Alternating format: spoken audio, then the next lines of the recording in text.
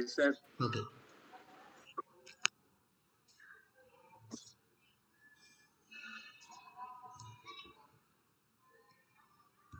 சரி, நம்ம கடைசியில சார். பார்த்துட்டு இருந்தது ஃபர்ஸ்ட் கர்நாடிக் வரும் இல்லையா? ஃபர்ஸ்ட் கர்நாடிக் முடிஞ்சது இல்லையா? சார். ஓகே. சரி, அது வரைக்கும் எல்லாம் படிச்சாச்சா? சார். சரி. ஃபர்ஸ்ட் கர்நாடிக் வாரோட இயர் என்ன அரவிந்த்? சொல்லுங்க. Sir 1746 sir. Okay. First Carnatic war எதனால் நடந்தது லத்தி சார்?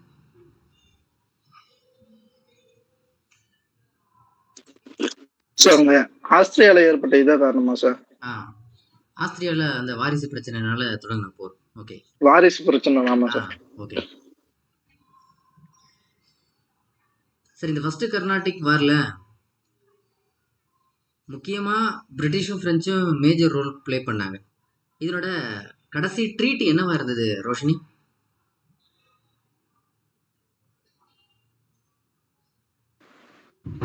ஹலோ அண்ணா. சொல்லுங்க. அண்ணா நான் பிரிட்டிஷ், டேனிஷ், பிரெஞ்சு அதுதான் படிச்சேன். ஓகே. இன்னும் அட்வான்ஸ் மட்டும் தான் படிச்சிருக்கீங்களா? அந்த இதுல ஓகே. அது மட்டும் படிச்சேன். Okay.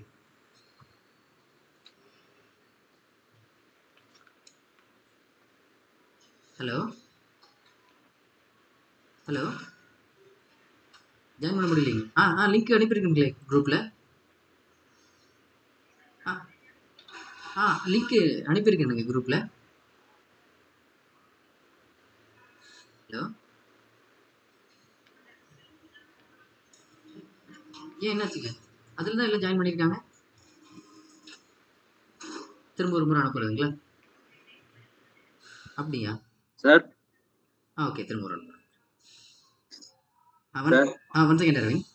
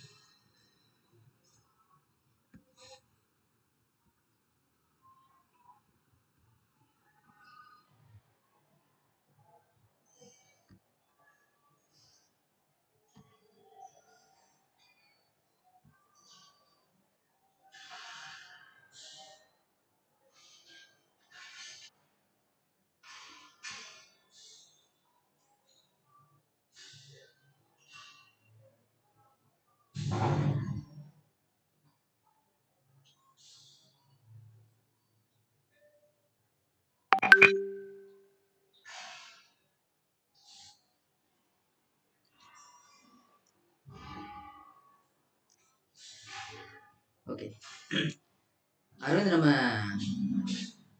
French East Indian company தொடங்கியிருந்தாங்க இல்லையா? அது தொடங்குறதுக்கு யாரு காரணமா இருந்தது?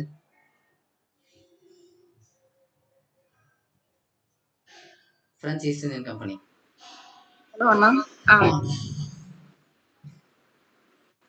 இது அவுரங்கசீப்போட முகவர் ஒருத்தர், பர்பரா, அவர் ஹெல்ப் பண்ணுவாரு. இல்ல, அது அவர் வந்து உள்ள நம்ம நாட்டுக்குள்ள வர்றதுக்காக ஹெல்ப் பண்ண ஏஜென்ட் ஹெல்ப் பண்ணுவாரு. கம்பெனியை தொடங்குறதுக்கு யார் ஹெல்ப் பண்ணது அப்படிங்கிறது? கால்பர்ட். கால்பர்ட். சரி, அப்போ கிங்க இருந்தது யார் அரவிந்த்? கிங்கோட நேம் என்ன? கால்பர்ட் கம்பெனி தொடங்கும் போது கிங்கோட நேம் என்னவா இருந்தது? சார் நான்காவது லூயி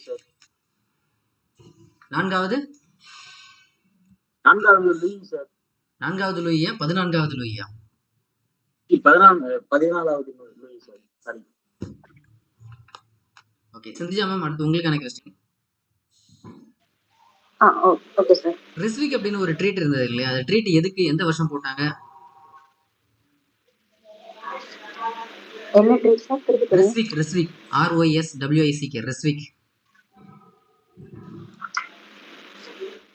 ஆ ரெஸ்விக்னு ஒரு ட்ரீட்டி இல்ல போடணும். சார். ஓகே லித்தி சார், ட்ரீட்டி ஆஃப் ரெஸ்விக் உடன்படிக்கை.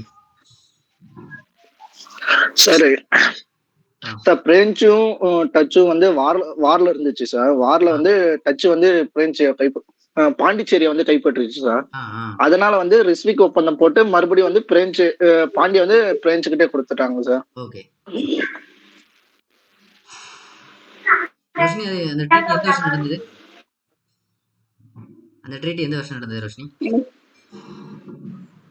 அந்த ட்ரீட்டி எந்த வருஷம் நடந்ததுங்க? ரெஸ்விக். ஆனா அதான் இந்த சைடு நான் படிக்கல. இந்த சரி ஓகே பிரிட்டிஷ் டேனேஜ் ஆனது படிச்சேன். ஆ சரி ஓகே.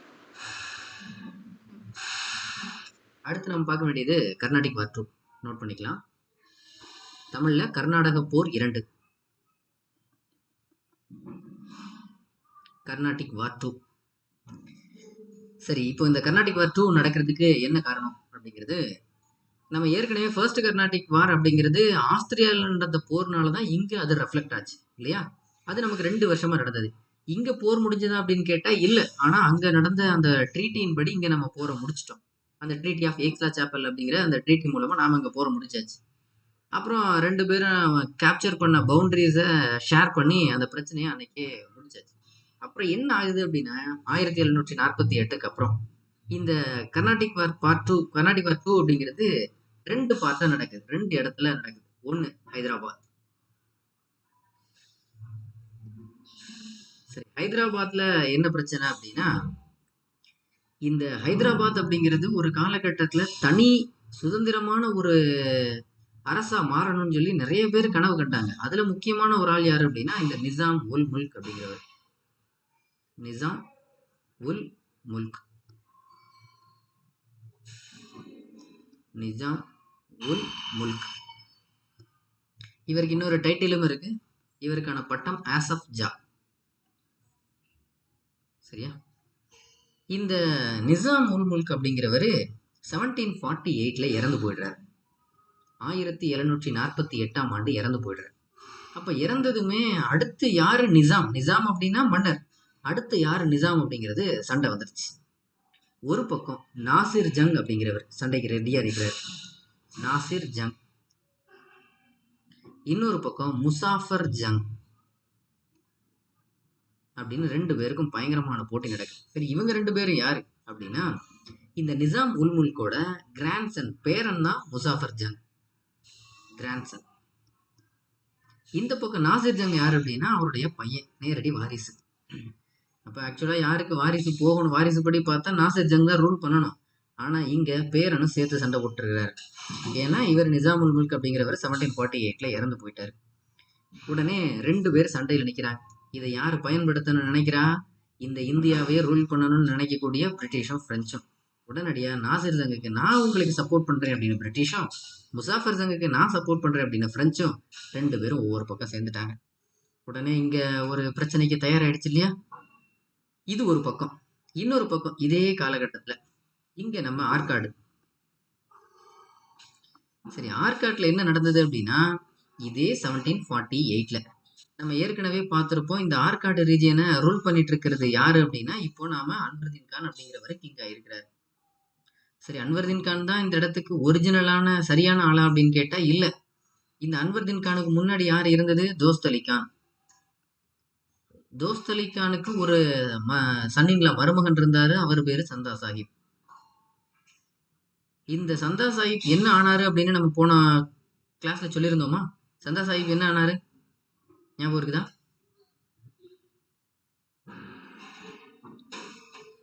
யாருக்காவது ஞாபகம் இருக்குதா சந்தா சாஹிப் அப்படிங்கிற கேரக்டர்? சார் மராத்தியர் வந்து கைது பண்ணிடுவாங்க சார். கைது பண்ணியிருப்பாங்க இல்லையா? அப்போ தோஸ்த் அலிக்கான கொலை பண்ணியாச்சு. ஓகே, தோஸ்த் அலிக்கான கொலை பண்ணியாச்சு. சந்தா சாஹிப் சத்தாரா ஜெயில இருக்கிறாரு. இப்ப இங்க ஆற்காட்டோட நவாபா இருக்கிறது யாரு? அன்வர்தீன் கான். இப்போ நிலைமை என்ன ஆயிடுச்சு அப்படின்னா, நவாப் அப்படின்னா கிங்கு. இப்ப நிலைமை என்ன ஆயிடுச்சு அப்படின்னா சந்தா சாஹிப்பை இதே 1748ல ரிலீஸ் பண்ணிடுறாங்க. அப்போ சந்தா சாஹிப் விடுதலை ஆனார். ரிலீஸ்டு 1748ஆம் ஆண்டு சந்தா சாஹிப் விடுதலை ஆனார். விடுதலையானதும் அவர் என்ன சொல்றாரு அப்படின்னா, என்னுடைய மாமாவான தோஸ்த் அலி கான் இருந்த இடம் அந்த நவாப் பொசிஷன். அப்படிப்பட்ட இடம் எனக்கானது.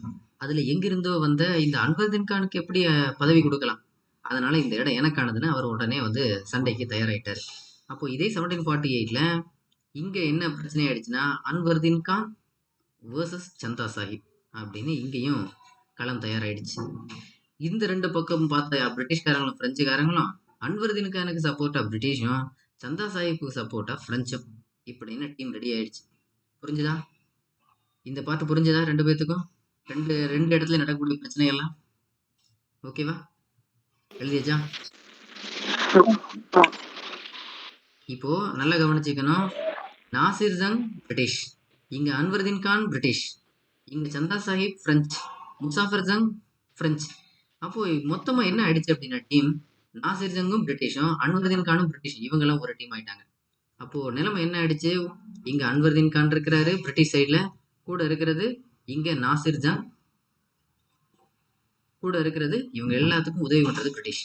இங்க எதிரில் இருக்கிறது யாரு? சந்தா சாஹிப். இங்க ஹைதராபாத்ல முசாஃபர் ஜங், இவங்களுக்கு பக்கம் இருக்கிறது பிரெஞ்சு. இப்படின்னு நிலைமை ஆயிடுச்சு. இப்படி நிலைமை இருந்துட்டு இருக்கும்போது 1749ஆம் ஆண்டு ஆம்பூர்ல ஒரு பயங்கரமான போர் நடக்குது. Battle of Ambur. Battle of Ambur. இந்த ஆம்பூர்ல நடக்கக்கூடிய இந்த போர்ல பிரெஞ்சு சைடு பயங்கர பலமா இருக்குது. கடைசியில முடிவு என்ன ஆச்சு? இந்த அன்வர்தீன் கான் கொலை செய்யப்பட்டார். இந்த பேட்டில் ஆஃப் ஆம்பூர்ல அன்வர்தீன் கான் கில்டு. யார் கொலை பண்ணிட்டா? இந்த டீம் தான் கொலை பண்ணிட்டாங்க. யாரு? பிரெஞ்சு சைடு இருக்கக்கூடிய சந்தா சாஹிப், முசாஃபர் ஜங், அப்புறம் பிரெஞ்சு இவங்கெல்லாம் சேர்ந்து அன்வர்தீன் கானை கொலை பண்ணிட்டாங்க. இது பேட்டில் ஆஃப் ஆம்பூர் நடந்தது 1749. சரி, இப்படின்னு இப்போதைக்கு யார் பக்கம் லாஸ் இருக்குது? பிரிட்டிஷ் பக்கம் தான் ஒரு லாஸ். இது நம்ம ஆர்காட்ல இப்ப யாரை கொலை பண்ணியாச்சு? இந்த அன்வர்தீன் கான் யாரு? ஆர்காட்டோட நவாப். இப்ப ஆர்காட்டு நவாபோட பொசிஷன் எம்டி ஆயிடுச்சு. அன்வர்தீன் கானை கொலை பண்ணியாச்சு. அப்போ இனிமேல் நெக்ஸ்ட் ஆர்காட்டோட நவாப் யாரு? சந்தா சாஹிப். நெக்ஸ்ட் ஆர்காட்டு நவாபாக பதவியேற்றவர் சந்தா சாஹிப். ஏன்னா வந்த வேலை முடிஞ்சது. அன்வர்தீன் கானை கொலை பண்ணியாச்சு. அன்வர்தீன் கானை கொலை பண்ணதுமே அப்போ அன்வர்தீன் கானுக்கு சப்போர்ட்டா யாருமே இல்லையா?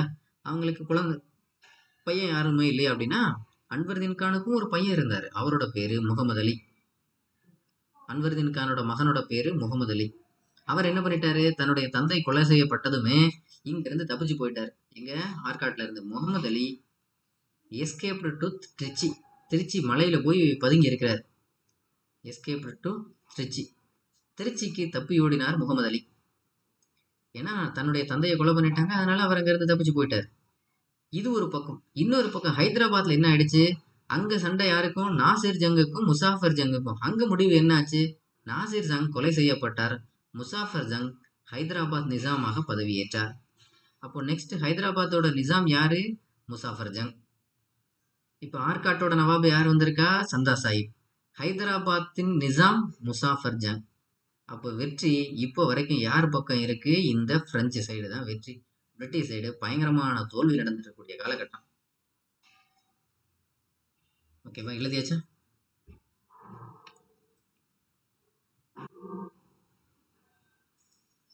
ஓகேவா?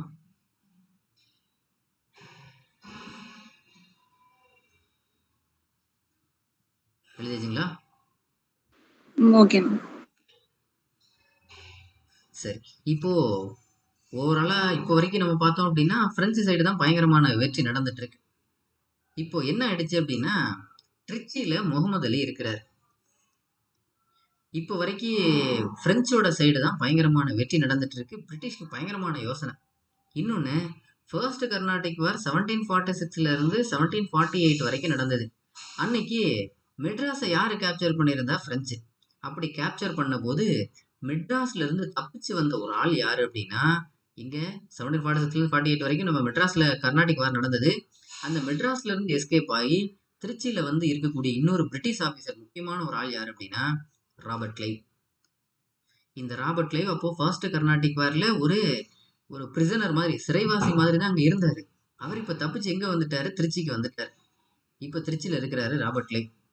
இப்போ பிரிட்டிஷ்க்கு என்ன யோசனை வருது அப்படின்னா, இப்படி பிரெஞ்சு நமக்கு ஜெயிச்சுக்கிட்டே இருந்தாங்கன்னா அப்ப ராபர்ட் கிளைவ் எங்க இருக்காரு? திருச்சியில. அப்ப திருச்சியில யார் இருக்கா? முகமது அலி. எல்லாம் ஒரு டீமா இருக்கிறாங்க. இப்ப ராபர்ட் கிளைவ்க்கு என்ன யோசனை வருது அப்படின்னா, நாம ஒருவேளை இங்க நடக்கக்கூடிய சண்டையில எல்லாம் தோத்துட்டோம் அப்படின்னா இந்த பிரெஞ்சுக்காரங்க பயங்கரமா டாமினேட் பண்ணிடுவாங்க. அப்ப நாம இவ்வளவு தூரம் கடல் கடந்து வந்து இந்த இந்தியாவை ரூல் பண்ணணுன்ற எண்ணம் இல்லாமலே போயிடும். அப்போ ஒரே வழி என்ன? இந்த முறை நமக்கு வாழ்வா சாவா அப்படிங்கிற மாதிரி தான் இங்க இருக்கக்கூடிய போர். ஒண்ணு நம்ம பிரெஞ்சு ஜெயிக்கணும், இல்ல நம்ம இந்த நாட்டை விட்டே போகணும். அப்ப நம்ம ஜெயிக்கிறதுக்கு ஒரே வழி என்ன? நேரடியா போய் பிரெஞ்சு அட்டாக் பண்ண முடியுமா? முடியாது, கண்டிப்பா. அப்போ இங்க யாருக்காவது பிரச்சனை இருந்தா தானே அதுக்குள்ள நாம இன்வால்வ் ஆக முடியும். அப்போ இருக்கக்கூடிய கடைசி ஆயுதம் யாரு? இந்த முகமது அலி. அப்போ இந்த ராபர்ட் கிளைவ் என்ன பிளான் பண்றான்? முகமது அலி, உங்களை நான் நவாபாக்காம விடவே மாட்டேன். என்ன ஆனாலும் சரி, என் உயிரை கொடுத்தாவது உங்களை நவாபாக்குவேன் அப்படிங்கிறான். அப்படின்னா என்ன அர்த்தம்? முகமது அலியை நவாபாக்கணுன்றது அவங்களோட எய்ம் இல்ல. பிரிட்டிஷ் இந்த இடத்துல தோத்துறக்கூடாது அப்படிங்கிறதான். அதுக்கு அவங்க பயன்படுத்தின கடைசி ஒரு ஆயுதம் யாரு? இந்த முகமது அலி. உடனே முகமது அலிக்கு ஒரு பயங்கரமான தைரியம் வருது. பிரிட்டிஷ்காரங்க நமக்கு இவ்வளவு ஆதரவா இருக்காங்க அப்படின்னு இப்படின்னு பயங்கரமான திட்டம் தீட்டிட்டு இருக்காங்க. அப்ப ராபர்ட் கிளைவோட சிந்தனை என்னவா இருக்கு அப்படின்னா, இத்தனை காலமும் நாம இந்த போர்ல எல்லாம் தோல்வி அடைகிறதுக்கு ஒரே காரணம் என்ன அப்படின்னா, முதல் அடி அடிக்கிறது யாரு? பிரெஞ்சு. நாம அடி வாங்கினதுக்கு அப்புறம் தான் திருப்பி அடிக்க முடியல நம்மளால. அப்ப இதுக்கு ஒரே வழி என்ன? முதல் அடியை நாம அடிக்கணும் அப்படின்னு ராபர்ட் கிளைவ் சொல்றாரு. உடனே முகமது அலி, ராபர்ட் கிளைவ் எல்லாரும் பிளான் பண்ணியாச்சு.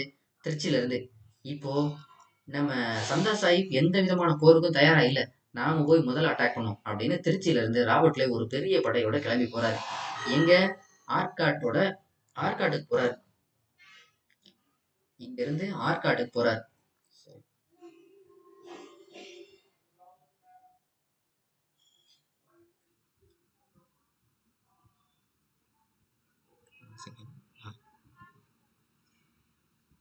திருச்சியில இருந்து ஆற்காட்டுக்கு போறாரு. ஏன்னா ஆற்காட்டோட நவாபா இப்ப யார் இருக்கா? சந்தா சாஹிப். அதனால ஆற்காட்டு நவாபோட இடத்துக்கு போறாரு ராபர்ட் கிளைவ். ஒரு மிகப்பெரிய டீமோட போயிட்டு இருக்கிறாரு. இதே நேரத்துல என்ன ஆச்சு? ஆற்காட்டு நவாபான சந்தா சாஹிப்புக்கு அடுத்து என்ன யோசனை அப்படின்னா, நாம இன்னும் ஒரே ஒரு வாரிசு, இந்த அன்வர்தீன் கானோட வாரிசு யார் இருக்கா? இந்த திருச்சியில முகமது அலி. அவரை மட்டும் காலி பண்ணிட்டோம்னா நமக்கு பிரச்சனையே முடிஞ்சு போச்சு. அப்ப பிரெஞ்சு சப்போர்ட் நமக்கு இருக்கு, உடனடியா போய் முகமது அலியை தாக்கலாம் அப்படின்னு ஆற்காட்டுல இருந்து சந்தா சாஹிப் ஒரு மிகப்பெரிய டீமோட திருச்சியை நோக்கி வந்துட்டு இருக்கிறாரு. அப்ப ரெண்டு பேத்துக்குமே கிளம்புறது தெரியல. ஆனா ரெண்டு பேரும் ஒருத்தரை மாத்தி மாத்தி தாக்குறதுக்கு தயாராயிட்டு இருக்கிறாங்க. சந்தா சாஹிப் மிகப்பெரிய ஆர்மி யூனிட்டோட திருச்சிக்கு வந்துட்டு இருக்கிறாரு. திருச்சியில இருந்து ராபர்ட் கிளைவ் ஒரு பெரிய டீமோட ஆற்காட்டை நோக்கி போயிட்டு இருக்கிறாரு.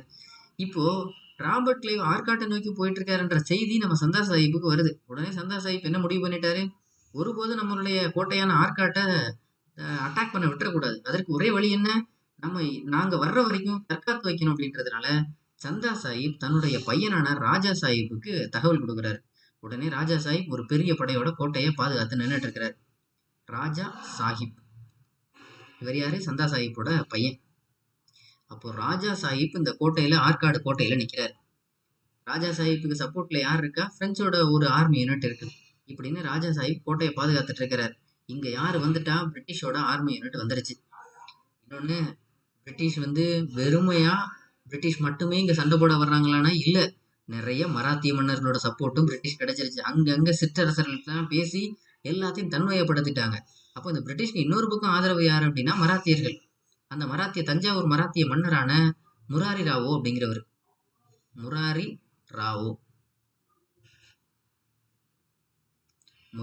ராவ் அப்படின்னு எழுதி, சரியா? இப்படின்னு இவர் ஒரு பக்கம் இருக்கிறார். இப்ப ராஜா சாஹிப்பும் எவ்வளவோ முயற்சி பண்ணி பாக்குறாரு. ஆனா பிரிட்டிஷோட படைகள் பயங்கரமான ஆயுதம் தாங்கிய படைகள். அதனால ராஜா சாஹிப் தோற்கடிக்கப்பட்டார். இன்னொரு பக்கம் சந்தா சாஹிப் இங்க தீவிரமா போராடிட்டு இருக்காரு. எங்க? காவேரி பாக்கம் அப்படிங்கிற இடத்துல. அந்த இடத்துக்கு பேரு காவேரி பாக்கம். இன்னொன்னு, போர்ன்றது ஒரே இடத்துல நடக்கல, அங்கங்க நடந்துட்டு இருக்கு. அப்போ இந்த காவேரி பாக்கம் அப்படிங்கிற இடத்துல பேட்டில் நடந்துட்டு இருக்கு. இதுல சந்தா சாஹிப்ப பிரிட்டிஷோட ஆர்மி யூனிட் கொலையே பண்ணிட்டாங்க. சந்தா சாஹிப் கொலை செய்யப்பட்டார். எங்க? காவேரி பாக்கத்தில் நடந்த போரில். இப்படின்னு பிரச்சனை சந்தா சாஹிப்புக்கும் ஒரு பெரிய லாஸ் ஆயிடுச்சு. சந்தா சாஹிப்பும் காலி, அவருடைய பையனும் போச்சு. இப்போ ராபர்ட் கிளைவுக்கு முதல் முறையா பயங்கரமான வெற்றி. அப்போ ராபர்ட் கிளைவுக்கு பயங்கரமான சிந்தனை இல்லையா? எங்கிருந்தோ ஒரு 50 ரூபா சம்பளத்துக்கு வந்த ஒரு ஆளு, அதுவும் வெறும் எழுத்தாளரா வந்த ஒரு ஆளு, இன்னைக்கு ஒரு படைய தலைமை தாங்குற அளவுக்கு ராபர்ட் கிளைவுக்கு ஒரு பவர் கிடைச்சிச்சு.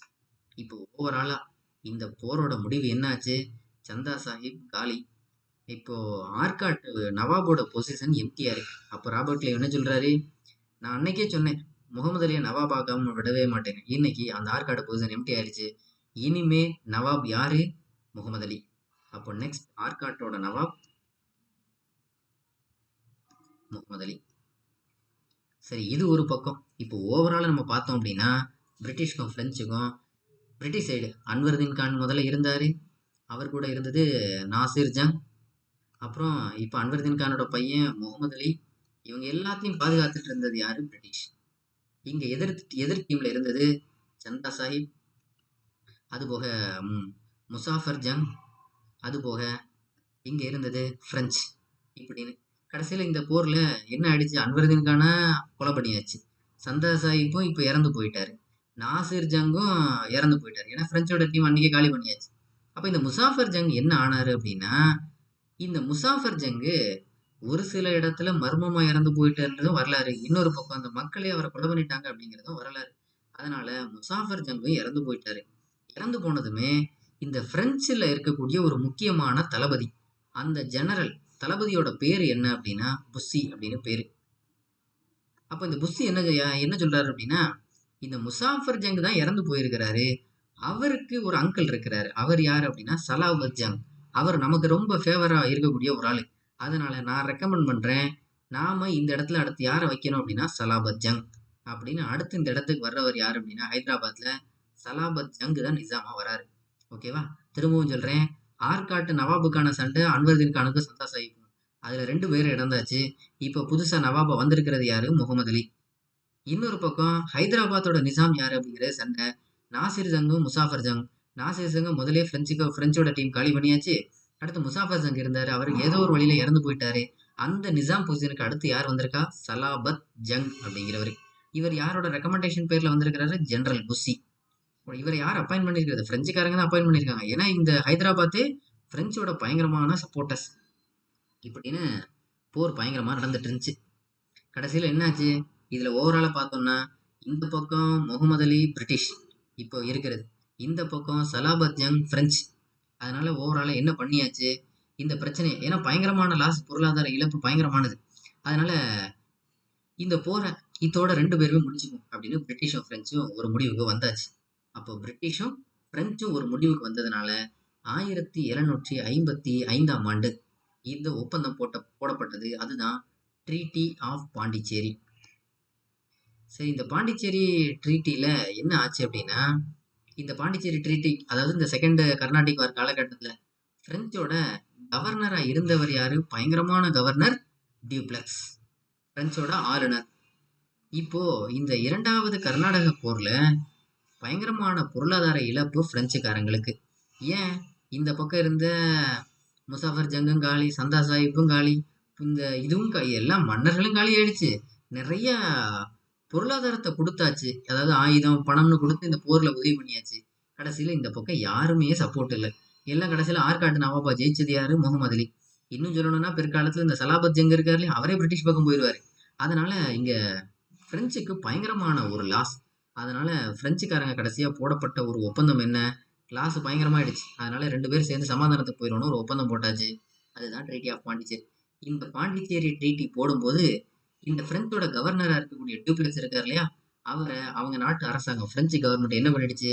உங்களால இந்த 2ஆம் கர்நாடக போர்ல நம்ம நாட்டுக்கு தான் பயங்கரமான இழப்பு, அதனால உங்களுக்கு அங்க கவர்னரா இருக்கக்கூடிய அந்த பொறுப்பு சரியில்லை, நீங்க உடனடியாக நாட்டுக்கு திரும்ப வரணும் அப்படின்னு பிரெஞ்சு கவர்னர் பொசிஷனா இருந்த டியூப்ளெக்ஸை பதவியை விட்டு தூக்கிட்டாங்க. அப்போ Dupleix called back to French நாட்டிற்கு திரும்ப சென்றார்.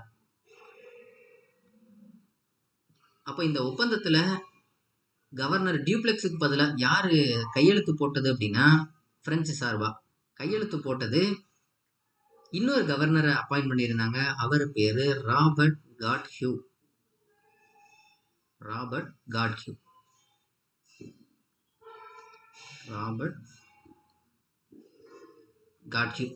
அவர் தான் கையெழுத்து போட்டது.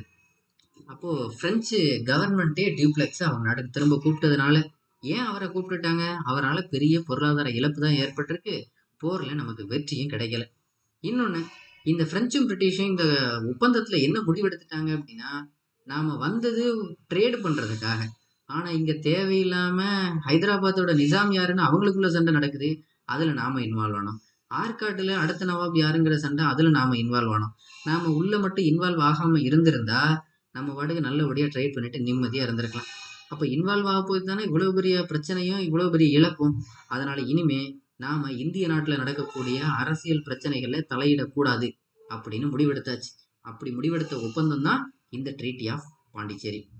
அப்போ இந்த ஒப்பந்தத்தில் என்ன முடிவெடுத்தாச்சு? Not to interfere in Indian political matters அல்லது இந்தியன் இன்டர்னல் மேட்டர்ஸ். இந்திய விவகாரங்களில் தலையிடக்கூடாது என முடிவெடுக்கப்பட்டது. இந்திய உள் விவகாரங்களில் தலையிடக்கூடாது என முடிவெடுக்கப்பட்டது. அதற்கு போடப்பட்ட ஒப்பந்தம் தான் இந்த ட்ரீட்டி ஆஃப் பாண்டிச்சேரி. திரும்ப ஒரு முறை சொல்றேன். ஒரு பக்கம் ஹைதராபாத்தோட நிசாம் யாருங்கிறது, இன்னொரு பக்கம் கர்நாடகாவோட அதாவது ஆர்காட்டோட நவாப் யாருங்கிறது.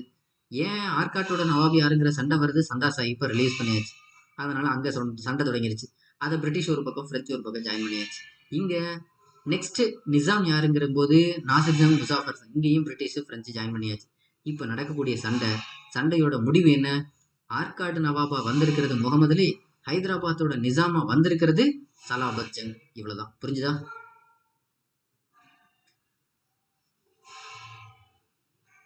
எழுதி வச்சா? புரிஞ்சுதா? ஓகேவா? எழுதி வச்சு சார். அடுத்து கர்நாடிக் வார் 3, மூன்றாவது கர்நாடக போர். சரி, இந்த போர் ஏன் தொடங்குது அப்படின்னா, நம்ம முதல்ல கர்நாடக போர் பார்க்கும்போது ஆஸ்திரியான்னு ஒரு நாடு இருக்குன்னு பார்த்துருந்தோம். அந்த ஆஸ்திரியாவை அட்டாக் பண்ணி அதை கேப்சர் பண்ண வந்தது யாரு? புருஷியா. இந்த புருஷியாவுக்கு சப்போர்ட்டா யார் வந்தது? பிரெஞ்சு. இந்த ஆஸ்திரியாவுக்கு சப்போர்ட்டா யார் வந்தது? பிரிட்டிஷ். இப்படின்னு பார்த்துருந்தோம். அன்னைக்கு நடந்த பிரச்சனையில இந்த புருஷியாவும் பிரெஞ்சு என்ன பண்ணிட்டாங்கன்னா, இந்த ஆஸ்திரியாவில் ஒரு சின்ன பார்ட், அந்த பார்ட்டுக்கு பேரு சிலேசியா.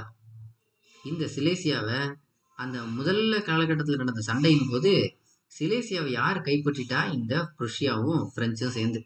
இப்போ சிலேசியா இவங்களோட கட்டுப்பாட்டில் இருக்கு. இதை ஆஸ்திரியாவால் ஏற்றுக்கவே முடியல. என்னைக்காவது ஒரு நாள் இந்த சிலேசியாவை கைப்பற்றணும்னு நினச்சிட்டே இருந்தாங்க. உடனே ஆஸ்திரியாவும் பிரிட்டிஷும் சேர்ந்து இந்த சிலேசியாவை கைப்பற்றுறதுக்கு இப்போ போரில் இறங்குறாங்க. அப்படின்னு இது எங்கே நடக்குது? ஆஸ்திரியாவில் போர் தொடங்கிருச்சு 1756 காலகட்டத்தில். எதுக்கு? To recapture Silesia. சிலேசியாவை திரும்ப மீட்டெடுக்கணும் அப்படிங்கிறதுக்காக தொடங்கின போர். டு ரீகேப்சர்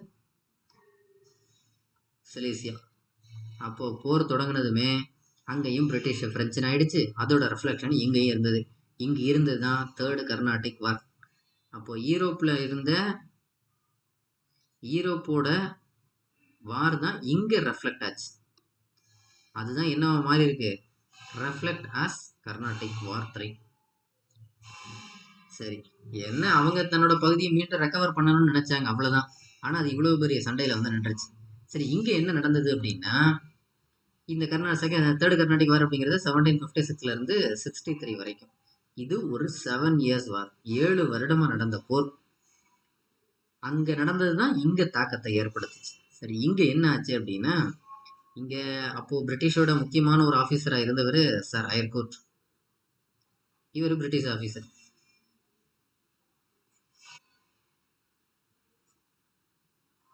பிரெஞ்சு சார்பு முக்கியமான ஒரு படைத்தளபதியை இருந்தவர் கவுண்ட் டி லாலி. தமிழ்ல கவுண்ட் டி லாலி. சரி, இப்போ பிரச்சனை இல்லை. இங்க இந்தியாவில் எதுவும் பெரிய தாக்கம் இல்லாம தான் இருந்தது. முதல்ல தொடங்கினது யார் அப்படின்னா இந்த கவுண்ட் டி லாலி தான். இவர் என்ன பண்ணாரு? பிரிட்டிஷோட கையில இருக்கக்கூடிய அந்த செயின்ட் டேவிட் ஃபோர்ட் இதெல்லாம் இருக்கு இல்லையா, அங்க போய் முதல்ல அட்டாக் பண்ணாரு. கவுண்ட் டி லாலி அட்டாக்டு புனித டேவிட் கோட்டை. கவுண்ட் டி லாலி புனித டேவிட் கோட்டையை தாக்கினார். உடனே பிரிட்டிஷோட சர் ஐயர்கூட்டுக்கு பயங்கரமான கோபம் வந்துருச்சு. அங்க நடந்த போருக்கு ஏற்கனவே நாம எந்த விவகாரத்திலையும் தலையிடக்கூடாதுன்னு சொல்லியிருக்கோம். அதையும் மீறி இந்த பிரெஞ்சுக்காரங்க அட்டாக் பண்றாங்க. இதுக்கு மேல நாம இவங்களை விட்டு வைக்கிறது சரி கிடையாது. உடனடியாக ஐயர்கூட்டு களத்தில் இறங்கிட்டார் 1760ஆம் ஆண்டு. இது எங்க நடக்குது? வந்தவாசி அப்படிங்கிறது தமிழ்ல, இங்கிலீஷ்ல வாண்டிவாஷ் அப்படிங்கிற இடம். அங்கதான் போர் தொடங்கிருச்சு. British versus French. British side யார் இருக்கா? ஐயர்கூட் இருக்கிறாரு. ஃப்ரெஞ்ச் சைடு யார் இருக்கா? Comte Lally. இப்படின்னு போர் தொடங்கிருச்சு. அப்போ இந்த போருக்கு முதல்ல காரணம் யாரு? இந்த பிரெஞ்சுக்காரங்க தான் காரணம். கடைசியில தொடங்குனது பிரெஞ்சா இருந்தாலும் முடிச்சு வச்சது யாரு அப்படின்னா பிரிட்டிஷ். பிரெஞ்சுக்காரங்களுக்கு இதுக்கு மேல எழுந்து வரவே கூடாது அப்படிங்கிற அளவுக்கான அடி. இந்த கவுண்டி லாலியே கிட்டத்தட்ட சொல்லணும் அப்படின்னா ஒரு 1761 காலகட்டத்தில் சரண்டர் ஆயிட்டாரு பிரிட்டிஷ். அந்த அளவுக்கான ஒரு அடி. கவுண்டி நம்ம அயர்கோட் இருக்காருலயே பிரிட்டிஷ் ஆபீசர், அவரு எங்க போனாலும் விடாத அளவுக்கான அடி. ஒண்ணுமே பண்ண முடியல. இன்னொன்னு, இந்த கவுண்டி லாலி இருக்காரு இல்லையா, இவர் தானே தொடங்கி வச்சது, இல்லைன்னா அது பாட்டுக்கு இருந்திருக்கும். கடைசியில பிரெஞ்சு கவர்மெண்ட் என்ன முடிவு பண்ணிட்டாங்க? கவுண்டி லாலியா தானே நமக்கு இவ்வளவு பெரிய பிரச்சனை, உடனே அவரை நாட்டுக்கு கூப்பிடுங்க அப்படின்னு அவரை நாட்டுக்கு அழைச்சிட்டாங்க. அவரை 1766 பிரெஞ்சு நாட்டுல வச்சு அவர் தூக்குலையும் போட்டுட்டாங்க. இவரால் தான் இவ்வளவு பெரிய பிரச்சனை தொடங்கியிருக்குன்னு. இப்படியே இங்க மாறி மாறி சண்டை நடந்துட்டே இருந்தது.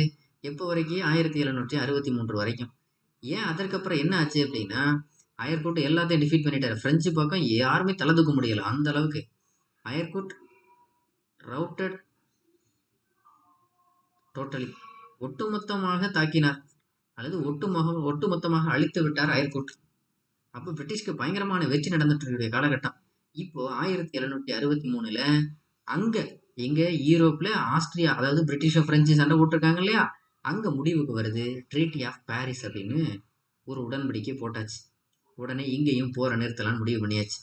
1763 அங்க முடிவு வருது ட்ரீட்டி ஆஃப் பாரிஸ், நம்ம நாட்டில் இல்லை அங்க. அப்போ இந்த முடிவு வந்ததும் இங்க நம்ம ஆட்களும் சண்டை தான் போட்டுட்டு இருக்காங்க. அப்புறம் எல்லாத்தையும் முடிச்சாச்சு. ஓவராலா பிரிட்டிஷ் என்ன சொல்லிட்டாங்க? இப்போ பயங்கரமான தோல்வி யார் பக்கம் இருக்கு அப்படின்னா பிரெஞ்சு பக்கம். பேசாம கவுண்டி லாலி மட்டும் அமைதியா இருந்திருந்தாருன்னா 3வது கர்நாடக போரே நடந்திருக்காது. அவர் தொடங்கி வச்சாரு, அயர்கோட்டு முடிச்சு வச்சுட்டாரு. பிரெஞ்சு எங்கெல்லாம் இருக்கிறாங்களோ அங்கெல்லாம் தேடி தேடி போய் அடிக்க ஆரம்பிச்சாங்க. கடைசியில் முடிவு பண்ணிட்டாங்க பிரிட்டிஷ்காரங்க, இனிமேல் பிரெஞ்சுக்கு எந்தெந்த இடம்லாம் நாங்கள் சொல்கிறோமோ அந்த இடத்துல மட்டும் வணிகம் பண்ணிட்டு அமைதியாக இருக்கணும், இதற்கு மேலேயும் நாங்கள் இன்னொரு இடத்த கைப்பற்றோன்ற எண்ணமே வந்துடக்கூடாது அப்படின்னு புதுச்சேரி, காரைக்கால், மாஹே, யானம், சந்திரநாகம் இந்த இடங்கள் மட்டும்தான் இனிமேல் பிரெஞ்சுக்கு. இதுக்கு மேலே இனி ஃபர்தர் எக்ஸ்டென்ஷன் அப்படிங்கிறது கூடவே கூடாது அப்படின்னு சொல்லி பிரெஞ்சுக்கு இந்த ரீஜனை மட்டும் ஒதுக்கிட்டாங்க பிரிட்டிஷ். இனிமே பிரிட்டிஷோட ராஜ்யம் இங்க இருந்து தான் தொடங்குது. அப்போ இந்த கர்நாடிக் வார் அப்படிங்கிறது பிரிட்டிஷா பிரெஞ்சா அப்படின்னு நடந்த சண்டை முடிவு என்னாச்சு? பிரிட்டிஷ். 3 கர்நாடிக் போரோட அவுட்புட் யார் பக்கம் இருக்குது? பிரிட்டிஷ் பக்கம். இதுல இன்னொரு பக்கம் பிரிட்டிஷ் ஜெயிச்சாங்களா பிரெஞ்சு ஜெயிச்சாங்களான்னு நம்ம பார்க்குறோம். அப்போ யாராவது ஒருத்தர் ஜெயிச்சிருக்கணும், கண்டிப்பா ஒருத்தர் தோத்துருக்கணும் இல்லையா? யார் தோத்தது அப்படின்னா பிரிட்டிஷா பிரெஞ்சான்றது இல்லை, இங்க தோத்தது அன்னைக்கு தான் முதல்ல தோற்க ஆரம்பிச்சோம். யாரு? இந்தியன்ஸ். அன்னைக்கு தொடங்கினது 300 ஆண்டுகள் அடிமை ஆயிட்டு. சரி, வரலாற்றுல அன்னைக்கு ஜெயிச்சது பிரிட்டிஷ். இப்போ பிரெஞ்சு இதோடு அமைதியாயிட்டாங்க. அடுத்து பிரிட்டிஷோட ராஜ்யம் தொடங்கிருச்சு இந்த கர்நாடிக் வாருக்கு அப்புறம். சரி, இது ஒரு பக்கம். இந்த நேரத்துல இந்த கர்நாடிக் வார் தேர்ட் எப்போ தொடங்குச்சு? 1756 இருந்து 63 வரைக்கும். இந்த 3வது கர்நாடிக் போர்ல இங்க ராபர்ட் கிளைவ் கிடையாது. ஏன்னா ராபர்ட் கிளைவோட வேலை அடுத்து எங்க போயிடுச்சு அப்படின்னா பெங்கால் பக்கம் அடுத்த வேலைக்கு போயிட்டாரு. அப்போ ராபர்ட் கிளைவ் அப்படிங்கிறவரு செகண்ட் கர்நாடிக் வார்ல தான் ரொம்ப தீவிரமா இருந்தாரு. முதல் கர்நாடக போர்ல ஈடுபட்டாரா அப்படின்னு கேட்டா அவர் இருந்தாரு. அவர் போர்ல எதுவும் ஈடுபடலை. அவர் ஒரு எழுத்தாளரா இருந்தார். அங்கிருந்து ஓடி வந்தவர் 2வது கர்நாடக போர்ல படையை வழிநடத்தி தலைமையேற்கிற அளவுக்கு உருவாகிட்டாரு ராபர்ட் கிளைவ். அதனாலதான் சாதாரண ஒரு வேலைக்கு வந்து படைத்தளபதின்ற ஒரு ஆளுநர்ன்ற மிகப்பெரிய பதவிக்கு போனவர் இந்த ராபர்ட் கிளைவ். அதனால இந்த பான் வித் சில்வர் ஸ்பூன் சொல்லுவாங்களே, அந்த மாதிரி ஒரு ஆள் ராபர்ட் கிளைவ். அங்கிருந்து வந்தது 50 ரூபா சம்பளத்துக்கு, ஆனா கொண்டு போனது கோடிக்கணக்கான அமௌண்ட். பிரிட்டிஷ்காரனே மிரண்டு போயிருக்கான், இந்த அளவு ஒருத்தனால செய்ய முடியுமான்னு. கடைசியில ராபர்ட் கிளைவ் இவ்வளவு தூரம் நம்மள நாட்டெல்லாம் கொள்ளையடிச்சிட்டு அங்க கொண்டு போனாரு. கடைசியில என்ன ஆச்சுன்னா தூக்கமே வராம இந்த நரம்பு சார்ந்த நிறைய நோய் வந்து எந்நேரம் அலறிட்டே இருந்து கடைசியில அவரை கொலை பண்ணி இறந்து போயிருக்கிறார். தற்கொலை பண்ணி தான் இறந்து போயிருக்கிறாரு ராபர்ட் கிளைவ். ஏன்னா இங்க நடந்த லஞ்சம் ஊழலும் நம்ம மக்களை படுத்தின கஷ்டமும் தான் கடைசியில அவர் உயிர் அப்படி எடுத்திருக்கு. சரி, இப்போ 1வது கர்நாடக போர், 2வது கர்நாடக போர், 3வது கர்நாடக போர், 3 போர் முடிஞ்சது. 3 போரோட முடிவு பிரிட்டிஷ் தான் மிகப்பெரிய பவர் அப்படின்னு நிரூபிச்சாச்சு. அப்போ முதல் கர்நாடக போர் ட்ரீட்டி ஆஃப் ஏக்ஸ்லா சாப்பல்லையோட முடிஞ்சு போச்சு. 2வது கர்நாடக போர் ட்ரீட்டி ஆஃப் பாண்டிச்சேரி. மூணாவது கர்நாடக போர் அப்படிங்கிறது இப்போ நம்ம ட்ரீட்டி ஆஃப் பாரிஸ் இப்படின்னு 3 கர்நாடக போரோட முடிஞ்சு போச்சு. அடுத்து நம்ம பார்க்க வேண்டியது என்ன அப்படின்னா battle of Plassey. Battle of Plassey, தமிழ்ல பிளாசி போர்.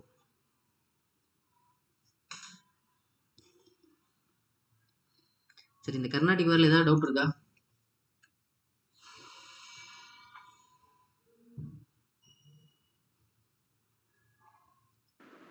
ஏதாவது டவுட் இருக்குங்களா? அண்ணா அந்த 1766 என்ன போட்டிருக்கீங்க? 1766ல நம்ம கவுண்டிலால் இருக்கார் இல்லையா, அவர் அவங்க நாட்டுக்கு திருப்பி கூப்பிட்டுட்டாங்க. ஏன்னா இந்த போரை தொடங்கி கடைசியில் அந்த போரில் அவரால் ஜெயிக்கவும் முடியல. அவங்க 1766ல அவங்க நாட்டுக்கு கொண்டு போய் அவரை தூக்கில் போட்டாங்க.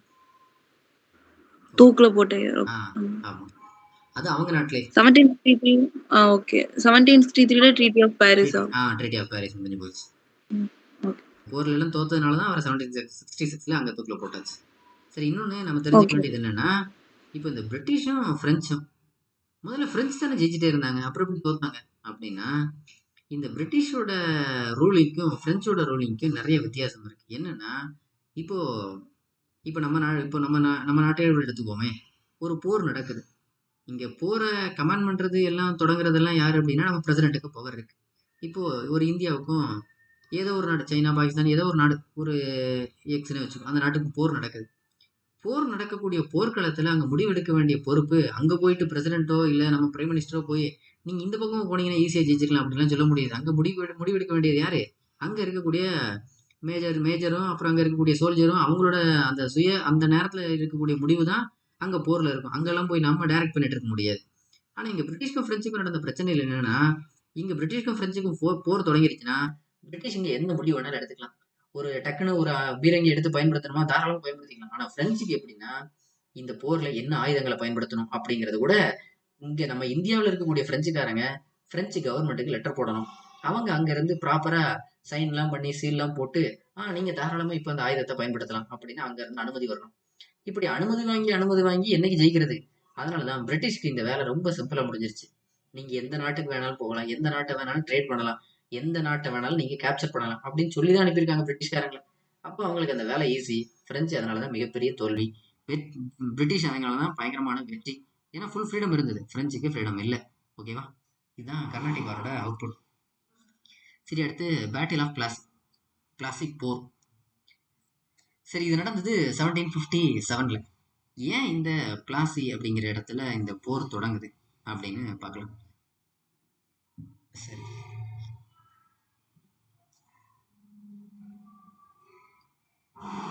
One second.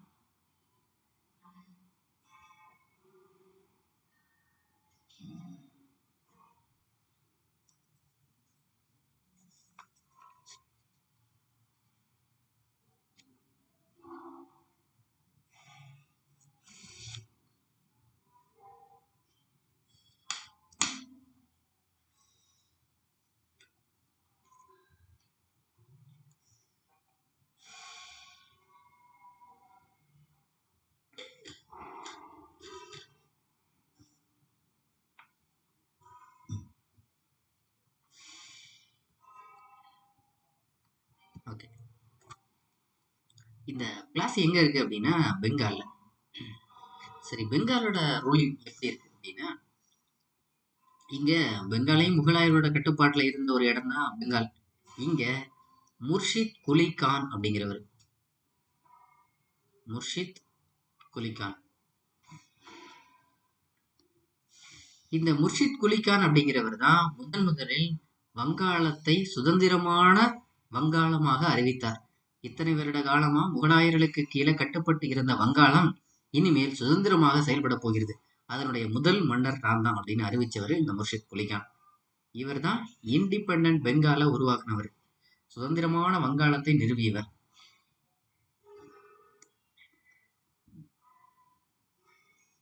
முர்ஷித் குலி கான் இவர் தான் முதல்ல இண்டிபெண்டன்ட் பெங்காலை உருவாக்குனார். இவருக்கு அப்புறம் அந்த இடத்துக்கு வந்தவர் சுஜாவுதீன் அப்படிங்கிற கிங். சுஜாவுதீன் இவர் வந்தார். சுஜாவுதீனுக்கு அப்புறம் வந்தவர் சஃப்ரஸ் கான். இவருக்கு அப்புறம் அந்த இடத்துக்கு வந்தவர் அலிவர்தி கான். அப்புறம் அப்போ ஃபர்ஸ்ட் முர்ஷித் குலி கான், ரெண்டாவது சுஜாவுதீன், மூணாவது சஃப்ரஸ் கான், நாலாவது அலிவர்தி கான். இந்த 4மே குரோனாலஜி படி யாருக்கு அப்புறம் அப்படிங்கிறது கேள்வி கேட்கறதுக்கு அதிகமான வாய்ப்பு. இந்த அலிவர்தி கானுக்கு அப்புறம் இவரோட பேரன் தான் யாரு அப்படின்னா தி கிரேட் சிராஜ் உத் தௌலா. அப்போ அலிவர்தி கானோட பேரன், அதாவது தன்னுடைய பொண்ணோட பையன், அவர் தான் யாரு? சிராஜ் உத் தௌலா. இவர் தான் நாம இப்போ வரலாற்றில் பார்க்கக்கூடிய ஹீரோ. அவர் தான் இந்த பிளாசிங்கிற இடத்துல போர் நடத்தினது. சரி, சிராஜ் உத் தௌலா இந்த பெங்காலோட நவாபா இருக்கிறார். அலிவர்தி கானுக்கு அப்புறம் நெக்ஸ்ட் நவாப் யாரு? சிராஜ் உத் தௌலா, பெங்காலோட நவாப், வங்காளத்தின் மன்னர். சரி, இப்போ இவர் தான் ரூல் பண்ணிட்டு இருக்கிறாரு. இந்த பிரிட்டிஷ்காரங்க இந்தியாவுக்கு வந்தது எப்போ? 1608. இப்போ நம்ம பார்த்துட்டு இருக்கக்கூடிய காலகட்டம் எப்போ அப்படின்னா 1750க்கு அப்புறம். அப்போ கிட்டத்தட்ட பிரிட்டிஷ்காரங்க வந்து ஒரு 142 வருஷத்துக்கிட்ட ஆயிடுச்சு. இப்போ இந்த பிரிட்டிஷ்காரங்க பெங்கால்லையும் நிறைய ட்ரேட் பண்ணியிருக்காங்க. இன்னொன்று, அவங்களோட டார்கெட்டே முக்கியமானது பெங்கால் தான். எதனாலனா இந்தியாவில் நிறைய செல்வ வளங்கள் இருந்த இடம் நம்ம பெங்கால். அதனாலதான் பெங்காலை சுற்றி பிரிட்டிஷ்காரங்களோட ஆட்சி இருந்துகிட்டே இருந்தது. சரி, இந்த பெங்கால்ல பிரிட்டிஷ்காரங்க ட்ரேட் பண்ணிட்டு இருக்கிறாங்க. அப்போ இங்க இருந்த அலிவர்தி கானா இருக்கட்டும், அடுத்து வந்த சிராஜ் தௌலாவா இருக்கட்டும், இவங்களெல்லாம் ஏமாத்தியே பொழப்பு நடத்திட்டு இருக்காங்க பிரிட்டிஷ்காரங்க. இது எல்லாம் போக இந்த பிரிட்டிஷ்காரங்க 1700வது வருஷத்துல ஒரு கோட்டையும் கட்டினாங்க. அதாவது 1696ல கட்ட தொடங்கின கோட்டை. அந்த கோட்டைக்கு பேர் தான் 1696ல கட்ட தொடங்கி 1700ல கட்டி முடிச்சு அதுக்கு பேர் வச்சாங்க வில்லியம் ஃபோர்ட் அப்படின்னு. வில்லியம் ஃபோர்ட் கல்கட்டால, அதுவும் பெங்கால் பக்கம் தானே. வில்லியம் கோட்டைன்னு பேர் வச்சாச்சு. சரி, இதெல்லாம் கோட்டையை கட்டுறாங்களே, இதெல்லாம் யாரு கட்டுப்பாட்டுல இருக்குது? இந்த அலிவர்தி கான், அடுத்து வந்து சிராஜ் தௌலோட கட்டுப்பாட்டுல இருக்கு. அப்போ ஒரு இடத்துல நம்ம கோட்டையை கட்டுறோம்னா இங்க அனுமதி கேட்கணும் இல்லையா? அனுமதியே கேட்கல. ஆனாலும் நம்ம மன்னர்கள் என்ன பண்ணாங்க? சரி, எங்கிருந்தோ வந்து பிழைக்கிறதுக்காக, வணிகம் பண்றதுக்காக வந்திருக்காங்க, சரி வச்சுட்டு போட்டோம் அப்படின்னு அன்னைக்கு பெருந்தன்மையா தான் விட்டுருக்காங்க. அப்போ அனுமதியே இல்லாம கட்டப்பட்ட ஒரு கோட்டை இந்த வில்லியம் கோட்டை. அன்னைக்கு நம்ம ஆட்கள் பெர்மிஷன் எதுவுமே பெருசா கண்டுக்கல, விட்டாச்சு. சரி, இது ஒண்ணு. சரி, இப்படியாவது அனுமதி இல்லாம கட்டியிருக்கோம் அப்படிங்கிற ஒரு மனசுக்குள்ளேயாச்சும் ஒரு கில்ட் ஃபீல் வேண்டாம்? அதோட விடல இந்த பிரிட்டிஷ்காரங்க. அடுத்து என்ன பண்றாங்க? நம்ம ஆட்களுக்கு, மன்னர்களுக்கு டாக்ஸும் பே பண்றது இல்லை. அப்போ டாக்ஸ் பே பண்ணல அப்படிங்கும் போது மீண்டும் பிரச்சனையாகுது. ஏன்னா வரி வராம எப்படி ஒரு கவர்மெண்ட் ரன் ஆகுறது? அப்போ நான் பேமெண்ட் ஆஃப் டாக்ஸஸ், வரி செலுத்தவில்லை. யாரு? பிரிட்டிஷ்காரங்க. யாருக்கு? நம்ம சிராஜ் தௌலோட டீமுக்கு. அப்போ வரி செலுத்தலை அப்படின்னா உடனே நம்ம மன்னருக்கு போக வருது. நீ அன்னைக்கு பெர்மிஷனே கேட்காம கோட்டை கட்டினா சரின்னு விட்டாச்சு, இன்னைக்கு வரியும் செலுத்தலை. சரி, அப்படி இருந்தாலும் பார்ப்போம், என்னைக்காவது வரி செலுத்துவார் அப்படின்னு சொல்லி இதையும் பெரிய அளவில் கண்டுக்கவே இல்லை. இது எல்லாம் போக மூணாவது என்ன பண்ணிட்டாங்க இந்த பிரிட்டிஷ்காரங்க? நம்ம நவாபான சிராஜ் தௌலா இருக்கார் இல்லையா, அவரோட பயங்கரமான ஒரு அரசியல் எதிரி, அவர் பேர் என்ன அப்படின்னா கிருஷ்ணதாஸ் அப்படிங்கிறவர். அந்த British gave asylum to Krishnadas. Krishnadas எனும் அரசியல் எதிரிக்கு அடைக்கலம் கொடுத்தனர். கிருஷ்ணதாஸ் எனும் அரசியல் எதிரிக்கு அடைக்கலம் கொடுத்தனர் பிரிட்டிஷ். அதாவது கிருஷ்ணதாஸ் யாரு? Political enemy. யாருக்கு? சிராஜ் தௌலாவுக்கு. சிராஜ் தௌலாவோட அரசியல் எதிரியான கிருஷ்ணதாஸிற்கு அடைக்கலம் கொடுத்தனர் ஆங்கிலேயர்கள். இப்போதான் நம்ம மன்னரான சிராஜ் தௌலாவுக்கு பயங்கரமான கோபம். கோட்டைக்கு அனுமதி கேட்கல, வரியும் சரியா கட்டுறதில்ல, இன்னைக்கு என்னுடைய எதிரிக்கு என் இடத்துல இருந்துட்டு நீ அனுமதி கொடுக்குற, அப்ப இதுக்கு மேலேயும் இந்த பிரிட்டிஷ்காரனை விட்டு வைக்க கூடாதுன்னு பயங்கரமான கோபம் நம்ம சிராஜ் தௌலாவுக்கு. உடனடியாக கிளம்பிட்டாரு. 1756ஆம் ஆண்டு நடந்ததுதான். நேர இங்க இருந்து ஒரு பெரிய படையோட வில்லியம் கோட்டைக்கே போயிட்டாரு. யாரு? சிராஜ். மிகப்பெரிய ஆர்மி யூனிட்டோட, மிகப்பெரிய படைபலத்தோட வில்லியம் கோட்டைக்கு சென்றார். Reach William fort. அங்க போனாரு, இருக்கிற அத்தனை பேரையும் அரெஸ்ட் பண்ணாரு. அரெஸ்ட் பண்ணது மொத்தம் 146 பேர் அரெஸ்ட் பண்ணியாச்சு. அரெஸ்ட் பண்ணி 146 பேரையும் ஒரு டார்க் ரூம்ல அடைச்சு வச்சுட்டாரு.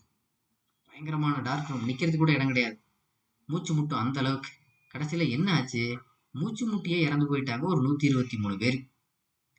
123 died due to suffocation. மூச்சு திணறிய 123 பேர் இறந்து போயாச்சு. அப்போ இது பயங்கரமான ஒரு சம்பவம்.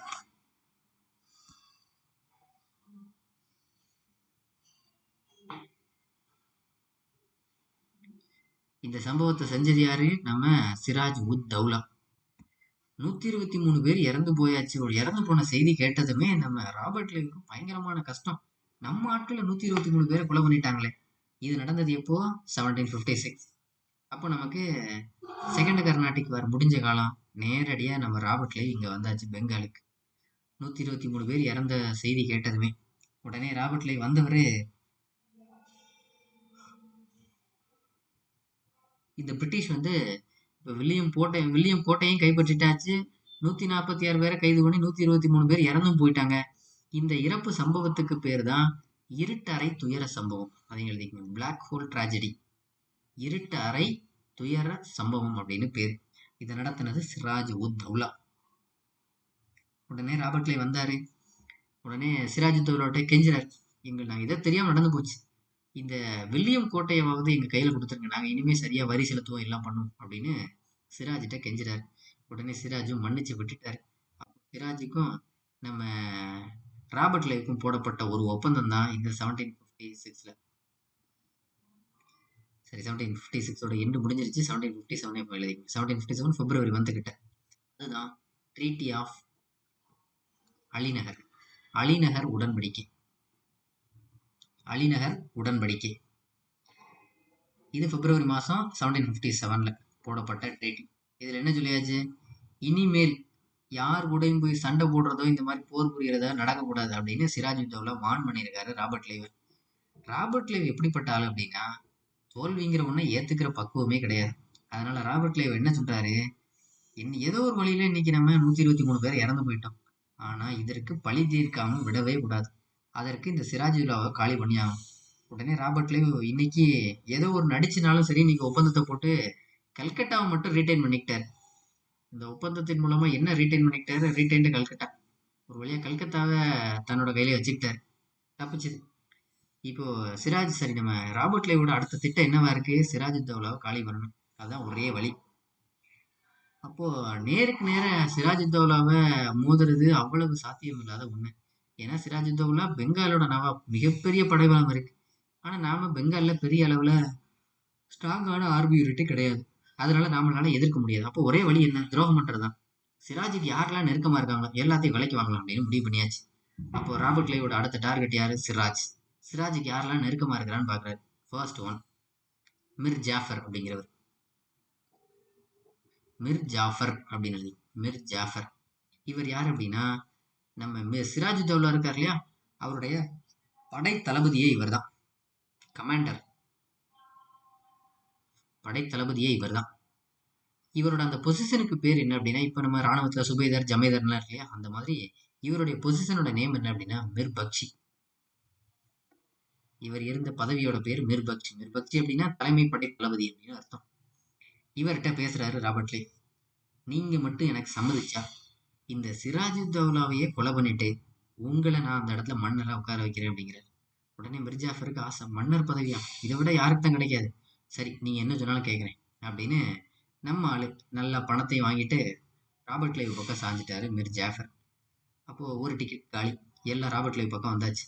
ரெண்டாவது, இந்த சிராஜ் தௌலாவுக்கு இன்னும் நெருக்கமான ஒரு மன்னர், அவர் பேரு ராய் துர்லாப். ராய் துர்லாப் இவர் ஒரு ஹிந்து ரூலர். இவர்கிட்டையும் போய் பேசுறாங்க, நீங்க மட்டும் எங்களுக்கு சப்போர்ட் பண்ணா உங்களை இன்னும் நிறைய பணம் கொடுக்குறோம், நிறைய பெரிய பெரிய பதவிகள் கொடுக்குறோம்னு இவரை ஏமாத்துறாங்க. உடனே நம்ம ஆளும் சரி, நமக்கு தேவை இந்த பிரிட்டிஷ்காரங்கிட்ட பெரிய பெரிய ஆயுதங்கள் எல்லாமே இருக்கு, அப்போ நாம இவங்களோட போறதானே சரி அப்படின்னு இந்த ராய் துர்லாவும் முடிவு பண்ணிட்டார். இவர் யாரு? சிராஜ் தௌலாவுக்கு ரொம்ப நெருக்கமான ஒரு ஆள். அடுத்து மூணாவது ஜெகத் சேத். ஜெகத் சேத் அதாவது சேட்டுனாலே பெரிய பணபலம் வச்சிருக்கக்கூடிய ஒரு ஆள். இன்னும் சொல்லணும் அப்படின்னா இந்த வட்டிக்கெல்லாம் பணம் கொடுவாங்களே அந்த மாதிரி பேங்கர் அப்படின்னு எழுதிக்கணும். வட்டிக்கு பணம் கொடுக்குறவர், அந்த மாதிரி தொழில். இவரும் சிராஜ் தௌலாவுக்கு ரொம்ப நெருக்கமான ஒரு ஆள். யார் மூலமா என்னென்ன காரியம் நடக்கணுமோ அப்படின்ற மாதிரியான எல்லாத்தையும் ராபர்ட் கிளைவ் தன் பக்கம் இழுத்துட்டாரு. 4வது ஒமி சந்த் அப்படிங்கிறவர். ஒமி சந்த் இவர் ஒரு பிசினஸ்மேன்.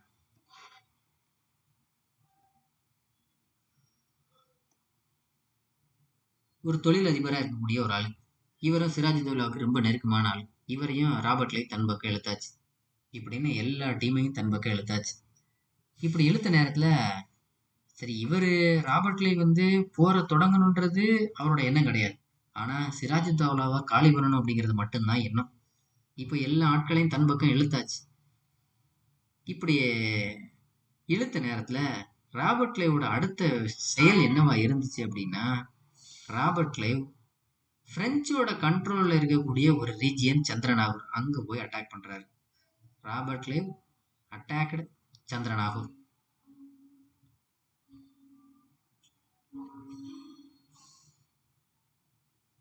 சந்திரநாகூர் அட்டாக் பண்ற செய்தி யாருக்கு தெரிய வருது? சிராஜுத்தௌலாக்கு. அப்போ சிராஜ் என்ன சொல்றாரு, அன்னைக்குதான் நம்ம ட்ரீட்டி ஆஃப் அலிநகர்னு ஒரு அலிநகர் உடன்படிக்கை போட்டோம் இந்த பிரிட்டிஷ்காரங்களோட, யார் கூட எந்த சண்டையும் பண்ணக்கூடாதுன்னு.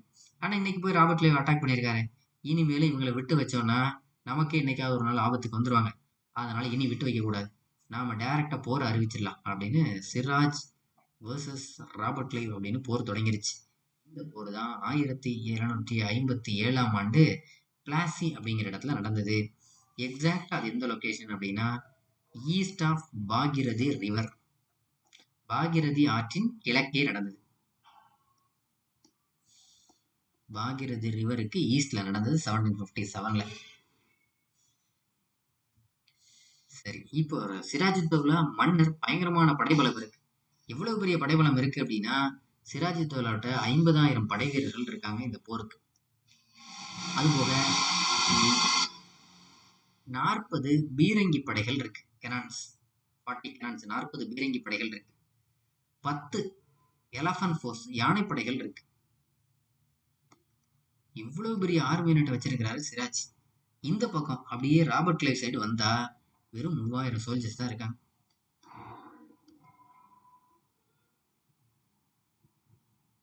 அந்த நேரத்துல பெரிய பீரங்கி படைகள் அதெல்லாம் ஒண்ணும் இல்லை. இப்படிதான் அன்னைக்கு களம் நடக்குது 1757ல. இந்த போருக்கு பேர் தான் பேட்டில் ஆஃப் பிளாசி அப்படின்னு பேரு. சரி, இப்போ மன்னர் சிராஜ், இங்க படை தளபதி யாரு? மிர் ஜாஃபர். உடனே போரை தொடங்கணும்னு அறிவிக்கிறாரு சிராஜ். என்னதான் மன்னர் சொன்னாலும் சரி, இந்த படைகள் எல்லாம் எப்ப நகரும் அப்படின்னா படை தளபதியோட கண் அசைவு இருந்தாதான் நகரும். இப்ப போற அறிவிச்சாச்சு. ஆனா மிர் ஜாஃபர் அப்படியே அமைதியாவே நிக்கிறாரு. ஏன்? அவர் தான் ராபர்ட் கிளைவ்ட்ட பணம் வாங்கி அந்த பக்கம் நிக்கிறாராச்சு. அப்புறம் இப்படி சிராஜுத்தௌலாவுக்கு ஹெல்ப் பண்ணுவாரு? மிர் ஜாஃபர் கண் அசைவு கூட இல்லை, படைகள் அப்படியே நிக்கி. உடனே ராபர்ட் கிளைவோட ஆட்கள் உள்ள வந்தாங்க. வந்ததும் அப்படி இப்படின்னு ஒரு 11 மணி நேரம் போர் நடந்தது. இது வரைக்கும் வரலாற்றிலே இந்த மாதிரி ஒரு போர் நடந்ததே இல்லை. ஏன்னா கர்நாடிக் வார பார்த்தோம். ஃபர்ஸ்ட் கர்நாடிக் வார் 46ல இருந்து 48, 2 வருடம். இரண்டாவது கர்நாடிக் வார் 49ல இருந்து 54, கிட்டத்தட்ட 5-6 வருஷம். அடுத்த 3வது கர்நாடக போர் அப்படிங்கிறது 7 வருஷம். ஆனா இது என்ன நடந்திருக்கு? வெறும் 11 மணி நேரம். கடைசியில முடிவு என்னாச்சு? இந்த மிர் ஜாஃபருக்கும் ஒரு பையன் இருந்தான், அவர் பேரு மிரான். இந்த மிரான் என்ன பண்ணாரு? நேரடியா போய் சிராஜுத்தௌலாவை கொலை பண்ணிட்டார். மிரான் சிராஜுத்தௌலாவை கொலை செய்தார். அப்போ 11 மணி நேரம் நடந்த சண்டை முடிவு என்னாச்சு? சிராஜ் கொலை செய்யப்பட்டார். Siraj killed by Miran, son of Mir Jafar, கொலை பண்ணியாச்சு. அப்போ இதை கிட்டத்தட்ட நம்ம வரலாற்றுல போர்னு கூட சொல்ல முடியாது, இது ஒரு கொலை தான் இல்லையா? ஏன்னா போர்னா அதுக்குன்னு சில அம்சங்கள் இருக்கு இல்லையா? துரோகம் மட்டுமே நடந்து போரே நடக்காம 11 மணி நேரத்துல காலி பண்ணியிருக்காங்க. எவ்வளவு பெரிய மோசமான விஷயம் இல்லையா? சரி, இன்னொன்னு, இந்த மிர் ஜாஃபரோட ஆசை என்ன? நாம அடுத்த இடத்துக்கு நவாப் ஆகணும். சரி, அதுக்கு தானே இவ்வளவு பெரிய துரோகமே. சிராஜுத்தௌலா இறந்து போயாச்சு. நெக்ஸ்ட் நவாப் யாரு? மிர் ஜாஃபர். பயங்கரமான சந்தோஷம், ஒரு வழியா நம்ம மன்னர் ஆயிட்டோம் அப்படின்னு. இப்போ மிர் ஜாஃபர் தான் நெக்ஸ்ட் நவாபா வந்தாச்சு. இவர் அப்பாயின்ட் பண்ணியிருக்கிறது யாரு? இவருக்கெல்லாம் ஹெல்ப் பண்ணது யாரு? பிரிட்டிஷ். அப்போ பிரிட்டிஷ் ஹெல்ப் பண்ணதுனால தான் மிர் ஜாஃபர் மன்னர் ஆயிருக்காரு. அப்போ மிர் ஜாஃபர் யாருக்கு கட்டுப்பட்டு நடக்கணும்? இந்த பிரிட்டிஷ்காரங்களுக்கு. ஏன்னா பிரிட்டிஷ் தானே இவ்வளவு பெரிய பதவி உருவாகிறதுக்கு காரணமா இருந்தது. உடனே மிர் ஜாஃபருக்கு அடுத்து என்ன ஆசை அப்படின்னா, சிராஜுத்தௌலாவோட புகழ் இந்த கல்கட்டா பெங்கால் ரீஜியன்ல பயங்கரமா பரவி இருக்கு. அதை விட நம்ம பயங்கரமா ரூல் பண்ணணும், அவரோட புகழை காட்டில நம்ம பேர் புகழ் வாய்ந்ததா இருக்கணும் அப்படின்னு மிர் ஜாஃபர் பயங்கரமா ஆசைப்படுறாரு. ஆசைப்பட்டவர் என்ன பண்றாரு, பிரிட்டிஷ்ட ரூல் பண்றதுக்கு டாக்ஸ் கேட்கிறாரு. பிரிட்டிஷ்காரன் சொல்றான், நீ டாக்ஸ் கலெக்ட் பண்ண, நீ டாக்ஸ் வாங்குவேன்னு தெரிஞ்சிருந்தா உன்னை நாங்கள் மன்னராக இருக்க மாட்டோமே, நீ டம்மியா இருக்குன்றதுக்காக தானே நாங்கள் மன்னராகவே மாற்றினது, நீ என்ன டாக்ஸ் கேட்குற அப்படின்னு மிர் ஜாஃபரோட சின்ன சின்ன பிரச்சனைகள் தொடங்கிருச்சு. மிர் ஜாஃபர் எப்படி நினைக்கிறாரு, நாம சுதந்திரமா ரூல் பண்ணணும்னு நினைக்கிறாரு. wanted to rule independently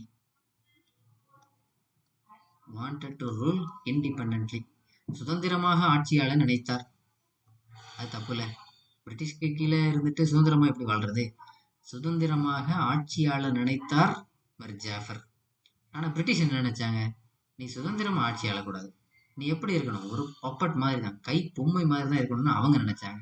கடைசியில் யார் நினைச்சது சாத்தியப்பட்டது, பிரிட்டிஷ் நினைச்சதுதான். ஏன்னா மிர் ஜாஃபர் பிரிட்டிஷ்க்கு எதிராகவே கலகம் பண்ண தொடங்கிட்டார்.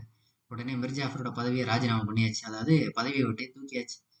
அப்போ மிர் ஜாஃபருக்கு அப்புறம் அடுத்து இந்த பதவிக்கு யார் வர்றது அப்படின்னா, நெக்ஸ்ட் நவாப் மிர் காசிம்.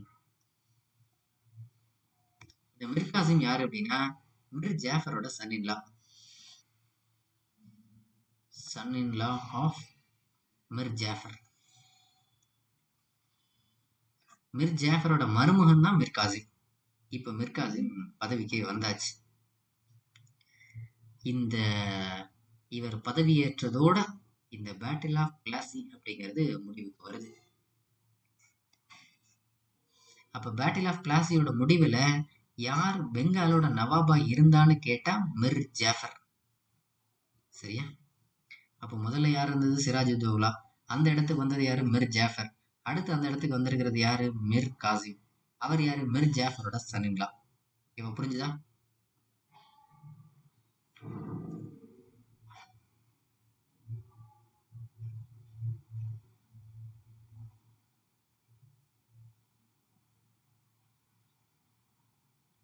எழுதியாச்சா?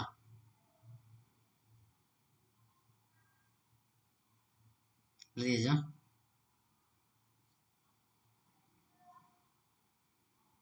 ஹலோ, நான் பேசுறது கேக்குதுங்களா? சார் எழுதியாச்சு சார். ஓகேங்க. எழுதியாச்சு. கூடவே எழுதிட்டு வரீங்களா, எழுதுறதுக்கு டைம் போதுமா, இன்னும் வேணுமா?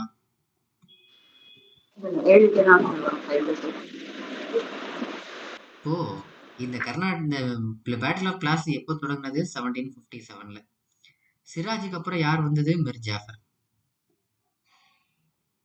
சரி, மிர் ஜாஃபர் என்ன பண்ணினாருன்னு சொல்லி இவரை இந்த பதவியை விட்டு தூக்கி இருக்கிறாங்க. இவரு பிரிட்டிஷ்ட டாக்ஸ் கேட்டாரு, அதே சமயத்துல பிரிட்டிஷ்க்கு எதிராக கலகம் பண்ணாரு அப்படின்னு சொல்றோம். என்ன கலகம் அப்படின்னா அதையும் பக்கத்துல எழுதிக்கணும். 1759 நம்ம மிர் ஜாஃபர் என்ன முடிவு பண்ணிட்டாரு, இந்த பிரிட்டிஷ்காரங்களை நம்ம நாட்டை விட்டே துரத்தணும் அப்படின்னு முடிவு பண்ணிட்டாரு. அப்ப பிரிட்டிஷ்காரனை எதிர்த்து நிக்கிறதுக்கு நம்ம கிட்ட படை வேணும் இல்லையா? மிர் ஜாஃபர்கிட்ட அந்த அளவுக்கு பெரிய படை இல்லை.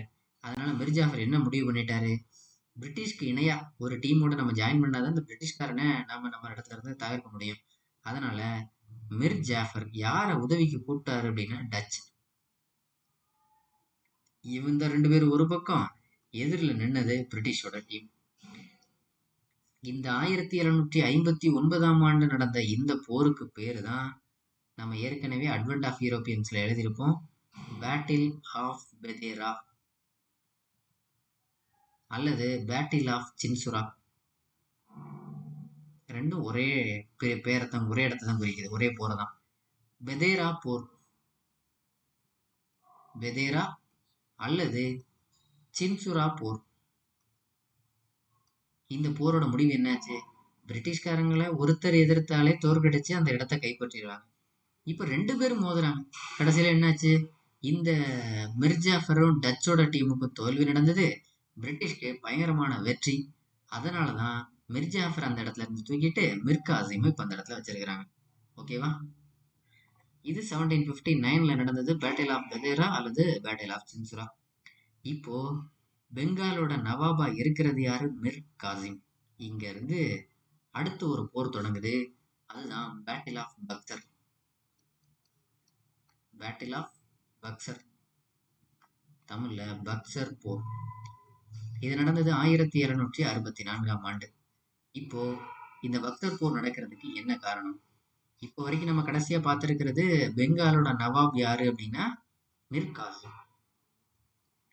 இதுதான் கதை பார்த்துருந்தோம் இல்லையா? சரியா, அந்த போர்லாம் 59 காலகட்டத்தில் முடிஞ்சு போச்சு. இப்போ பக்சர் தொடங்கிருச்சு 64 5 வருஷம் கழிச்சு. சரி, இந்த மிர் காசிம் அப்படிங்கிறவர் இவர் என்ன பண்றாரு அப்படின்னா, இந்த பிரிட்டிஷ்காரன்ட்ட இவரும் டாக்ஸ் கேட்கிறாரு.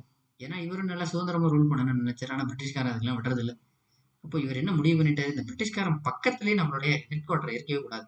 அதனால மிர் காசிம் என்ன பண்ணுவாரு, முர்ஷிதாபாத்ல இருந்து, இது வரைக்கும் இவங்களோட தலைமையிடம் முர்ஷிதாபாத் தான் இருந்தது. யாருக்கு? நம்ம நவாபுக்கு. முர்ஷிதாபாத்ல இருந்து மூங்கிர் அப்படிங்கிற இடத்துக்கு தன்னுடைய தலைமையிடத்தை மாற்றினார். மூங்கிர், முர்ஷிதாபாத்திலிருந்து மூங்கிருக்கு தலைநகரை மாற்றினார் மிர் காசிம்.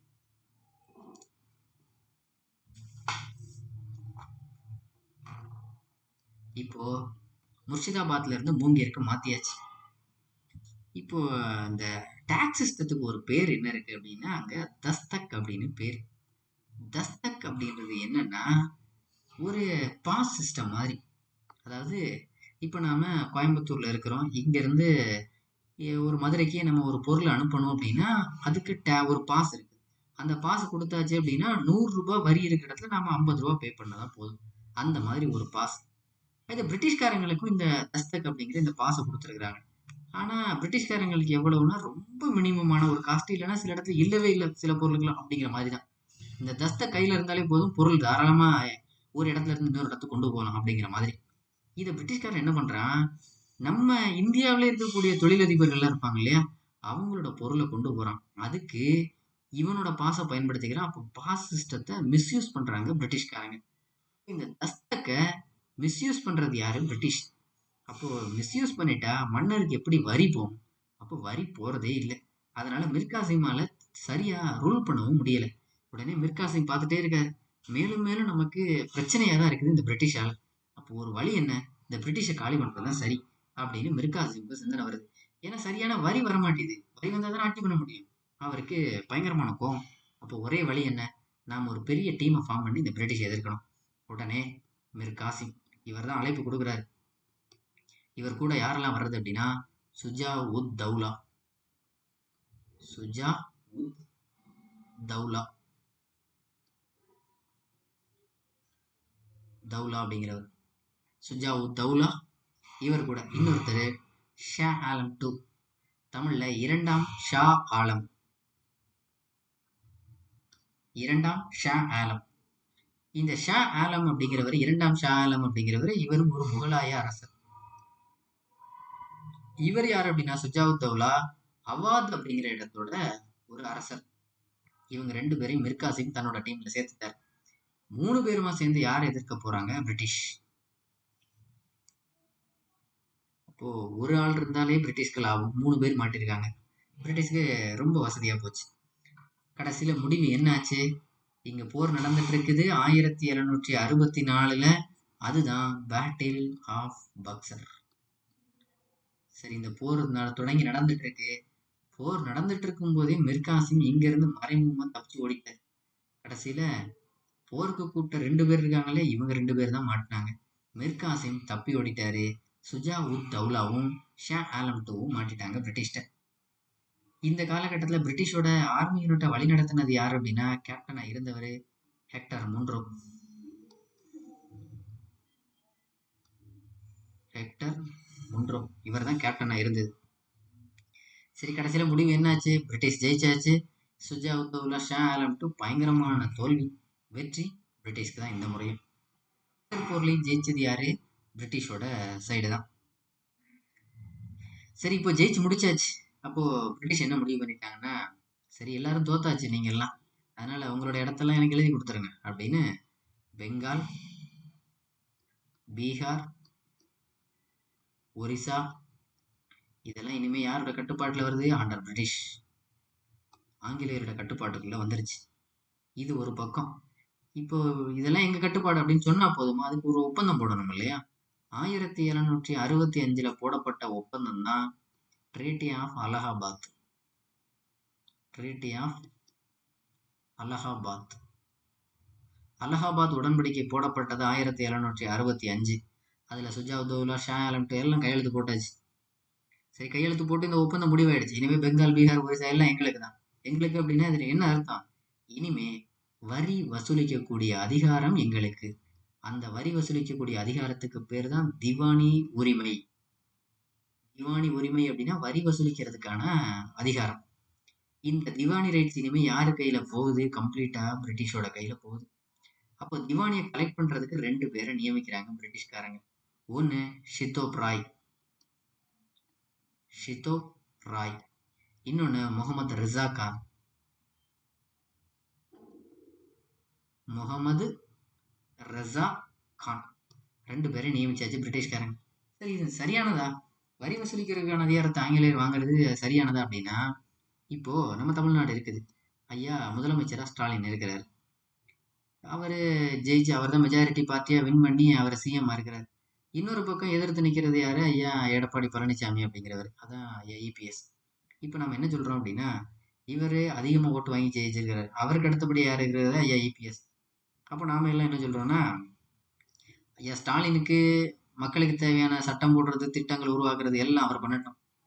ஆனா இந்த செலவுன்னு ஒண்ணு இருக்கு இல்லையா, அது ஐயா இபிஎஸ் பார்த்துக்கிட்டோம் அப்படின்னு சொன்னா அங்க நல்லா இருக்குமா? இப்போ ஐயா ஸ்டாலின் என்ன பண்றாரு, நாளைக்கு சென்னையில இருந்து கோயம்புத்தூர் வரைக்கும் பறக்குற மாதிரி ஒரு பாலம் கட்டணும் அப்படிங்கிறாரு. உடனே இவர் ஸ்டாலின் அறிவிச்சிட்டாரு. அப்போ அதற்கான பணம் நம்ம கிட்ட இருக்கா, இல்ல அதை செய்யறதுக்கான நேரம்லாம் இது சரியா அப்படிங்கிறத யார் முடிவு பண்ணணும்? பணமும் அதிகாரமும் ஒரே கையில இருந்ததுன்னா அந்த வேலை ஈஸியா இருக்கும். இப்போ ஐயா ஸ்டாலின் திட்டம் போட்டாரு, ஐயா இபிஎஸ் என்ன சொல்றாரு, அதற்கான பணம்லாம் என்கிட்ட இல்லை அப்படிங்கிறாரு. அப்போ இந்த திட்டம் எப்படி நிறைவேறும்? ஏன்னா அதிகாரமும் பணமும் ஒரே ஆட்சி கையில இருந்தா தானே தெளிவா நடக்கும்.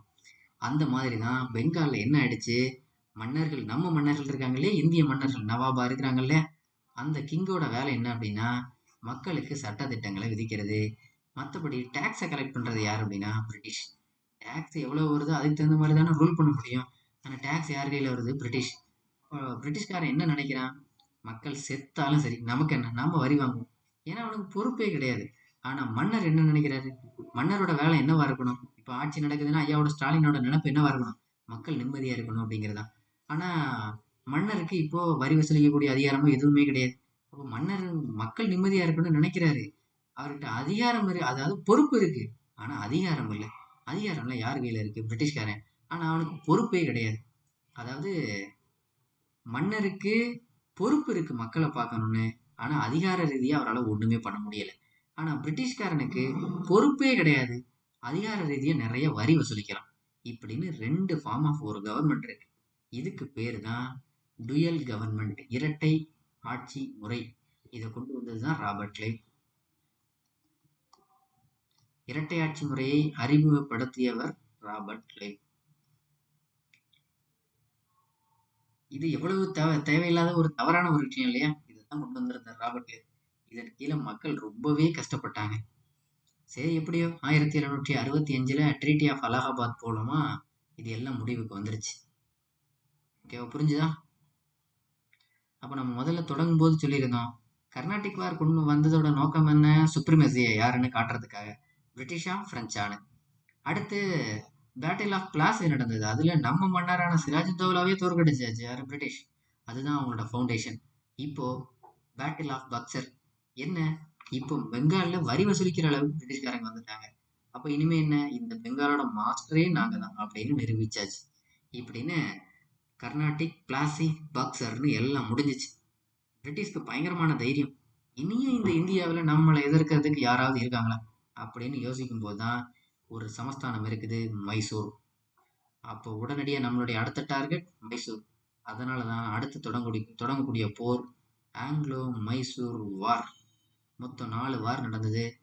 ஒன்று 1767 இருந்து 69, இரண்டாவது ஆங்கிலோ மைசூர் வார் 1780 இருந்து 84, மூன்றாவது ஆங்கிலோ மைசூர் வார் 1790 இருந்து 92, நான்காவது ஆங்கிலோ மைசூர் வார் 1799.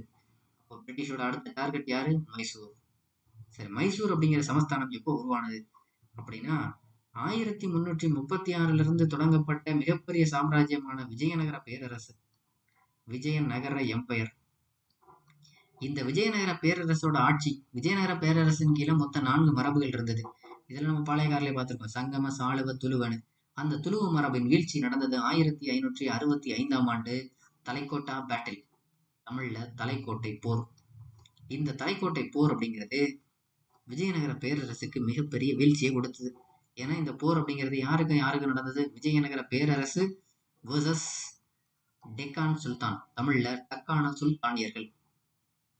டெக்கான் சுல்தான்ஸ், தக்கான சுல்தானியர்கள். இவங்களுக்கு நடந்த போர்ல விஜயநகர பேரரசு தோல்வியை சந்தித்தது, தக்கான சுல்தானியர்கள் வெற்றி. இப்போ தோல்வியை சந்தித்த விஜயநகர பேரரசு சின்ன சின்ன தேசங்களா உருவெடுக்க ஆரம்பிச்சது. அப்படி உருவான ஒரு தேசம்தான் 1612ஆம் ஆண்டு மைசூர். இந்த மைசூர் சமஸ்தானத்தை ஆட்சி செய்யக்கூடியது யார் அப்படின்னா உடையார் அப்படிங்கிற வம்சத்தினர் தான் ஆட்சி பண்ணிட்டு இருக்கிறாங்க. உடையார் டைனஸ்டி, உடையார் வம்சம்.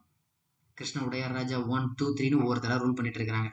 அப்படி தொடங்கினதான் இந்த உடையார் டைனஸ்டி. அப்படி தொடங்கினதான் மைசூர் சமஸ்தானம். எப்போதுமே இந்த மைசூர் சமஸ்தானத்துக்கு என்ன சிறப்பு அப்படின்னா இந்த உடையாரோட வம்சம் தான் இங்க கிங்கா இருக்கிறது, மன்னரா இருக்கிறது. ஆனா காலங்காலமா இங்க யார் மினிஸ்டரா இருக்கிறாங்களோ அவங்களுக்கு தான் பயங்கரமான அதிகாரம். மன்னர் அங்க ஒரு டம்மி மாதிரி தான், மினிஸ்டருக்கு தான் பயங்கரமான பவர். அப்ப மினிஸ்டரா யார் இருக்கா அப்படின்னா 2 பேர் இருக்காங்க. ஒருத்தர் பேரு நஞ்சராஜ், இன்னொருத்தர் பேரு தேவராஜ் அப்படின்னு 2 பேர். 2 பேரும் இந்த மைசூர் சமஸ்தானத்தை பயங்கரமா கட்டி காக்கக்கூடிய ஆட்கள். இன்னொன்னு என்ன ஆச்சுன்னா காலப்போக்குல இவங்களுக்கு நிறைய சொத்து பத்து நிறைய உருவாயிடுச்சு. இவங்க 2 பேத்துக்குள்ளே சில சண்டைகளும் வர ஆரம்பிச்சிருச்சு. இவங்க 2 பேத்துக்குள்ளே ஒற்றுமை இல்லைங்கும் போது இந்த மைசூரை யார் ஈஸியா அட்டாக் பண்ணிட்டு போயிட்டு இருக்கா அப்படின்னா மராத்தாஸ். மராத்தியர்கள் பயங்கரமா அட்டாக் பண்றாங்க இந்த மைசூரை. ஒரு முறை போர் நடக்குது. போர் நடந்ததுமே மைசூரை தோற்கடிக்கப்படுது. மைசூர்ல ஒரு பகுதியை கைப்பற்றுறாங்க மராத்தியர்கள். திரும்ப கொஞ்ச நாள் கழிச்சு போருக்கு வராங்க, மைசூரை தோற்கடிக்கிறாங்க, இடத்த கைப்பற்றுறாங்க. இப்படியே போயிட்டே இருக்காங்க. இந்த நஞ்சராஜுக்கும் தேவராஜுக்கும் பயங்கரமான கஷ்டம். நம்ம மைசூர் சமஸ்தானம் இவ்வளவு மோசமான நிலைக்கு போயிடுச்சு. ஏன்னா மைசூர் இப்போ எப்படி இருக்கு அப்படின்னா பொலிட்டிக்கலாகவும் ஃபினான்சியலாகவும் பயங்கர வீக்கா இருக்கு. பொலிட்டிக்கலி அண்ட் ஃபினான்சியலி வீக்,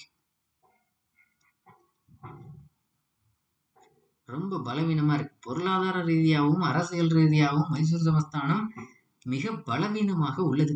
அப்போ இந்த நஞ்சராஜுக்கு தேவராஜுக்கு என்ன சிந்தனை வருது அப்படின்னா அவங்களுக்கு வயசாயிடுச்சு. இந்த மைசூரை காப்பாத்துறதுக்கு இனிமே யாராவது வந்தாதான் முடியும், நீ நம்மளால முடியாது. ஏன்னா மராத்தியர்கள் அட்டாக் பண்ணும் போதெல்லாம் இடத்த கைப்பற்றிட்டே போயிட்டு இருக்காங்க. ஒரு பக்கம் பொருளாதார ரீதியாகவும் இழப்பு, இன்னொரு பக்கம் அரசியல் சார்ந்த படை வீரர்களை இழந்துட்டு இருக்கோம், நம்மளோட இடத்த இழந்துட்டு இருக்கோம். இப்படின்னு அது ஒரு கஷ்டம். இப்படி நடந்துட்டு இருக்கும்போது யாராவது காப்பாற்ற மாட்டாங்களான்னு நினைக்கும் போது ஒருத்தர் என்ட்ராகிறாரு. அவர் தான் ஹைதர் அலி. பயங்கரமான ஒரு மாவீரன். இவர் முதல் வேலையை இவர் என்ன பண்ணாரு, இந்த நஞ்சராஜுக்கும் தேவராஜுக்கும் இடையில இருக்கக்கூடிய பிரச்சனையை தீர்த்து வச்சார். நீங்க ஒற்றுமையா இருந்தா சமஸ்தானம் நல்லா இருக்கும் அப்படின்னு. அப்பதான் 2 பேருக்கும் தோணுச்சு உண்மையிலேயே நமக்கு காப்பாற்ற வந்த ஒரே ஆள் ஹைதர் அலி அப்படின்னு. எல்லாம் ஹைதர் அலிய நம்ப ஆரம்பிச்சாங்க.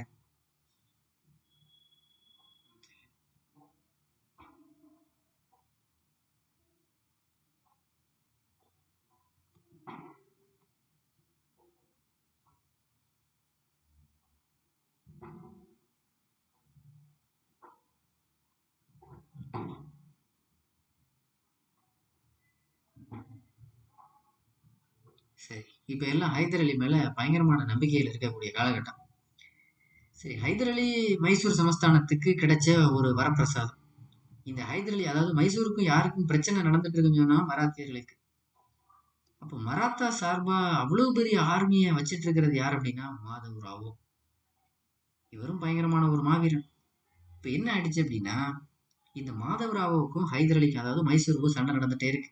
1764 அப்பவும் போர் நடக்குது. ஹைதர் அலி வர்சஸ் மாதவ் ராவோ. அடுத்து 1766 அப்பவும் ஹைதர் அலி மாதவ் ராவோ. அடுத்து 1771 இப்படின்னு 3 போர். 3 போர்லையுமே யாருக்கும் ஹைதர் அலி வர்சஸ் மாதவ் ராவோ அப்படின்னு போர் நடந்தது. முடிவு என்னாச்சு? 3லையுமே வெற்றி மாதவ் ராவோவுக்கு. ஹைதர் அலிக்கு பயங்கரமான தோல்வி. அப்போ ஹைதர் அலி எல்லாத்தையும் காப்பாத்திடுவாருன்னு நினைச்சிட்டு இருந்த காலகட்டம். ஆனா ஹைதர் அலியே வீழ்த்துறதுக்கு ஒரு ஆள் இருந்தார் மராத்தியர்ல, அவர் தான் மாதவ் ராவ். இப்போ ஹைதர் அலியோட படைகள் ரொம்ப சோர்வாயிடுச்சு. நிறைய இடத்த கைப்பற்றிட்டு போயிட்டாங்க இந்த மராத்தியர்கள்.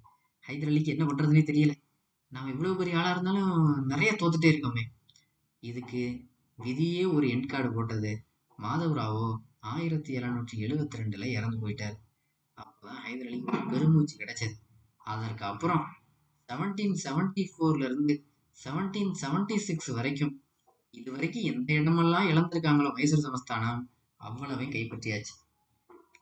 ரீகேப்சர்ட் வாட் தே லாஸ்ட், இழந்ததையெல்லாம் மீட்டெடுத்தனர். அதுபோக எக்ஸ்ட்ராவும் நிறைய இடத்த கைப்பற்றிட்டாங்க ஹைதர் அலியோட டீம். இப்போ மராத்தியர்களுக்கு பயங்கரமான வீழ்ச்சி. மாதவராவ் பயங்கரமான மாவீரன், அவர் இறந்து போனாரு. மராத்திய சாம்ராஜ்யம் ஒரு நிமிஷம் ஆட்டம் கண்டுடுச்சு. வெற்றி யார் பக்கம்? ஹைதர் அலி பக்கம். ஹைதர் அலி பயங்கரமான ரூலராக இருந்துட்டு இருக்கக்கூடிய காலகட்டம். இப்போ நம்ம பார்த்துட்டு இருக்கிறதெல்லாம் எப்போ 1772 மாதவராவ் இறந்து போயிருக்கிறாரு. அது வரைக்கும் ஹைதர் அலி ஒரு தோல்வியை சந்திக்கக்கூடிய ஒரு அமைச்சராக தான் இருந்தாரு. அப்புறம்தான் 1772 மாதவராவ் இறந்ததுக்கு அப்புறம் தான் 1774 1776 வரைக்கும் 2 வருடம் பயங்கரமான போர் புரிஞ்சு மராத்தியர்கள் எவ்வளவு இடங்களை கைப்பற்றியிருந்தாங்களோ அவ்வளவு இடத்தையும் திரும்பி ரீகேப்சர் பண்ணியாச்சு. ஓகேவா? இப்போ முதலாவது தொடங்க போறது ஃபர்ஸ்ட் ஆங்கிலோ மைசூர் வார். சரி, இன்னொன்னு, இந்த ஹைதர் அலி அவர் டைரக்டாவே இந்த தலைமை அமைச்சர் அப்படிங்கிற பதவிக்கு போயிட்டாரா அப்படின்னா இல்லை. முதல்ல அவருக்கு கொடுக்கப்பட்ட ஒரு பதவி வேலை என்ன அப்படின்னா குதிரைகள்லாம் பாதுகாக்கக்கூடிய ஒரு பாதுகாப்பாளர் அப்படிங்கிற ரேஞ்சில் தான் முதல்ல தன்னுடைய வேலையை தொடங்கினார். அப்புறம் இந்த ஆயுத கிடங்கள்லாம் பாதுகாக்கிற அதுக்கு ஒரு பதவினே இருக்கு. அதுக்கு பேர் ஃபாஜ்தார் அப்படின்னு பேர். ஃபாஜ்தார் அப்படின்னா ஆயுத கிடங்கு ஏர்சனில் பாதுகாக்கக்கூடிய ஒரு கேப்டன் மாதிரி. அப்படிதான் தன்னுடைய வாழ்க்கையை ஓரளவுக்கு ஒரு நல்ல பொசிஷன்ல தொடங்கினார். அப்படியே படிப்படியா வளர்ந்து கடைசியில அமைச்சர்களுக்கெல்லாம் தலைமை அமைச்சர், சீஃப் மினிஸ்டர் அப்படிங்கிற பதவிக்கு போயிட்டார். அப்போதான் எப்போதுமே இந்த உடையார் வம்சத்துல அமைச்சருக்கு தானே பலம் அதிகம். அதனால சீஃப் மினிஸ்டர் அப்படிங்கிற பதவிக்கு போயிட்டாரு ஹைதர் அலி. அடுத்து இவர் சொல்றதான் அங்க எல்லாமே நடக்கும். இப்போ நம்ம ஹைதர் அலியோட ஒரு ஸ்டோரி சொல்லிட்டு அப்புறம் நம்ம இந்த வாரத்துல வருவோம். ஹைதர் அலிக்கு முதல்ல ஒரு ஒய்ஃப் இருந்தாங்க. அவங்களுக்கு குழந்தையே இல்லை. கடைசியில் அந்த ஒய்ஃப் என்ன பண்ணிட்டாங்க, என்னதான் இருந்தாலும் இவ்வளவு பெரிய சாம்ராஜ்யத்துக்கு அடுத்து ஒரு ஆள் கண்டிப்பா வேணும், அதனால நீங்க இன்னொரு திருமணம் பண்றதுதான் சரி அப்படின்னு அந்த முதலாவது ஒய்ஃபே ரெண்டாவதா ஒரு மனைவிக்கு திருமணம் முடிச்சு வச்சாங்க. அவங்களுக்கு ஒரு குழந்தை பிறந்தது. அந்த குழந்தைக்கும் என்ன நேர்த்திக்கடன் விட்டுட்டாங்க அப்படின்னா, முதல் குழந்தை அப்படிங்கிறது அது கடவுளுக்கானது, அது ஆன்மீக வழியில மட்டும்தான் பயணிக்கும். இரண்டாவது ஒரு குழந்தை பிறந்தது அப்படின்னா அதுதான் இந்த தேசத்தை ஆள்றதுக்கு அப்படின்னு முடிவு பண்ணியாச்சு.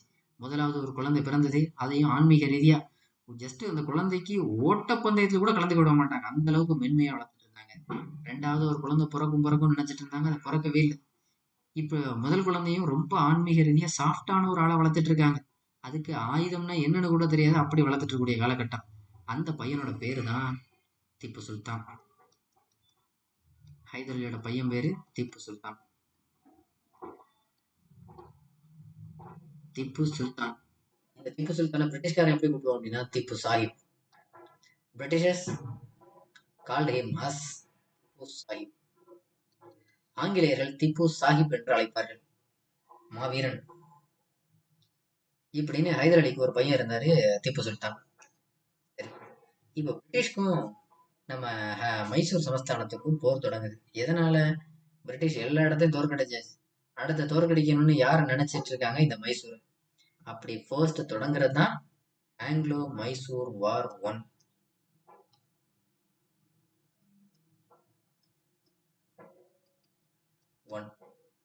இந்த ஆங்கிலோ மைசூர் வார் 1ல இருந்து நாம நெக்ஸ்ட் கிளாஸ்ல பார்ப்போம். சரியா? எழுதியாச்சா? இன்னொன்னு, இந்த கர்நாடிக் வார், பிளாசி, பக்சர், இத நாளைக்கு காலையிலே எழுந்ததும் திரும்ப ஒரு முறை படிச்சீங்கன்னா இது ஈஸி. இல்ல நாளைக்கு சாயந்தரமோ மறுநாளோ அப்படியே கொண்டு போயிட்டீங்கன்னா இந்த வாரெல்லாம் உடனே நம்ம மைண்ட்ல நிக்காது. அதனால திரும்ப நீங்க புரிஞ்சுக்கிறது ரொம்ப கஷ்டமாயிரும். அதனால முடிஞ்ச அளவுக்கு இன்னைக்கு நைட்டே ஒருவேளை ஒரு 1/2 hour படிக்கிறதா இருந்தா படிச்சிருங்க, இல்லைன்னா நாளைக்கு காலைல எழுந்ததும் படிச்சிருங்க. சரியா? விட்டுட்டீங்கன்னா திரும்ப கேப்சர் பண்றது கஷ்டம்.